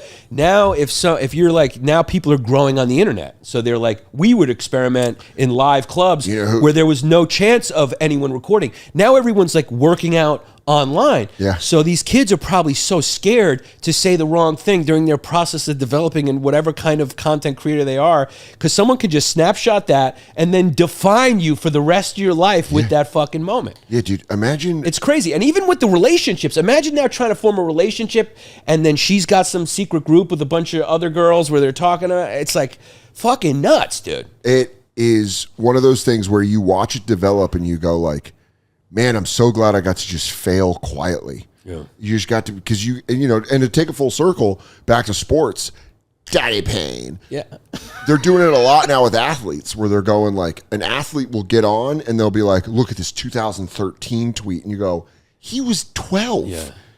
Like they did it with Travis Kelce with it. Like, he doesn't know how to spell squirrel. And you go, yeah, it was like 2011. Yeah, I don't know. I'm not like mad at him for that. He's probably a kid. He was a teenager. They did it to Dante DiVincenzo. Oh, I'm gay now because I don't want to play soccer? Yeah, or something. I saved that. Or didn't he say like the N-word or something? He was quoting a rap song. And he was like, hey, man, I'm fucking... Dude, the funniest one is... I'm like a white basketball player. I'm like... This is my culture. I have it saved in my... Yeah, it's like... that's so funny. I live this life. Yeah, I mean, I'm I'm about that life. I saved it because it makes me laugh so hard. But DiVincenzo, back in the day, he tweeted because he... Oh, dude. This is old tweet. He says, to my dad, I'm a pussy now because I don't want to play fucking soccer. It's from 2011. Yeah, what was he, like 11? And you're like, look at him, he's a bigot. Yeah. He hates gays. Yeah, and you're like, he was 11. Yeah. So I don't care, man. Yeah. If you're young, let it rip. Yeah. And then just do an apology to her later. Yeah, it's so crazy to think that I think everyone almost has the mentality of a politician now. Like young kids are like going like, I have to always present. Set up my life. How I present well. Do you remember those kids in school for our, like when, like those kids that would do stuff for colleges? They would be like, well, yeah, I'm like the head of the chess team. Yeah. And I also go do that. And you would always be like, you're insane. Yeah. That's everybody now. Yeah. Everybody's doing those small things. They're like, I'm also doing this. I'm working with a brand on this, and I'm doing that. And you're Just like, don't see any of my flaws. I don't want anybody talking about my flaws or my weaknesses or my vulnerabilities or I'm perfect. That's like the band camp girl in American Pie. Then you find out she jammed a flute up her puss, and you go, oh, all humans are broke. Yeah. I forgot that. Yeah. No one's fucking perfect. Yeah, there may be a massive backlash to it from the younger generation. There may be. Otherwise, how are they going to have any fun? I don't know, but come find me, dude. How are they gonna have any fun? But now it's like I'm gonna be old, living in the woods. Come find me, dude. You can make cameras where people can't see. Like you have to do a sweep like you're fucking. You go on Airbnb, you're like putting a black light on. Yeah, if it's like Sliver, the guy might have 6 cameras watching you fuck. Yeah, I mean, I don't see how we don't turn into some type of China-like. It's just too easy for a power structure now to utilize technology because technology has the bandwidth to watch everyone. Yeah. I mean, because AI can do it. So that AI has enabled that bandwidth to like just be able. Well, back in the day when it would be like a spy thing, like a camera, you would like pull it and then on the back it'd be like bleep, bleep, bleep, bleep, bleep, bleep, bleep. You'd like see all of the things. But now it's just like, it's that wheel in the Hot Wheels thing and it's live streaming. Yeah, dude, they can shoot something on your window that you can't even see that can bug your whole house. Just shows me playing video games going, Teddy, you want to do pizza? And they go, we got him. We got him being a sloppy fuck. Can everyone just chill? Yeah. Can everyone just chill? That's a good way to end that episode. Can everyone just fucking chill? Guys, chill out. Yeah. Chill by watching Giannis' special right now. The link's below. Click on it. He's fucking hilarious. Filmed at the mothership. That's just released. Yeah. We're going to put this episode out very fast, too. Thank you. So go juice that thing. Go push it in the algo. Yeah. And Daddy Pain. Also, History Hyenas. It's back. It's back. Go fucking subscribe. Daddy, I did the special. Is it good? Is that good, Am Daddy? I good, Daddy? I hope it makes you laugh, Daddy. Cut it out. Cut that whole part out. Did he pat me on the head? He can't reach it.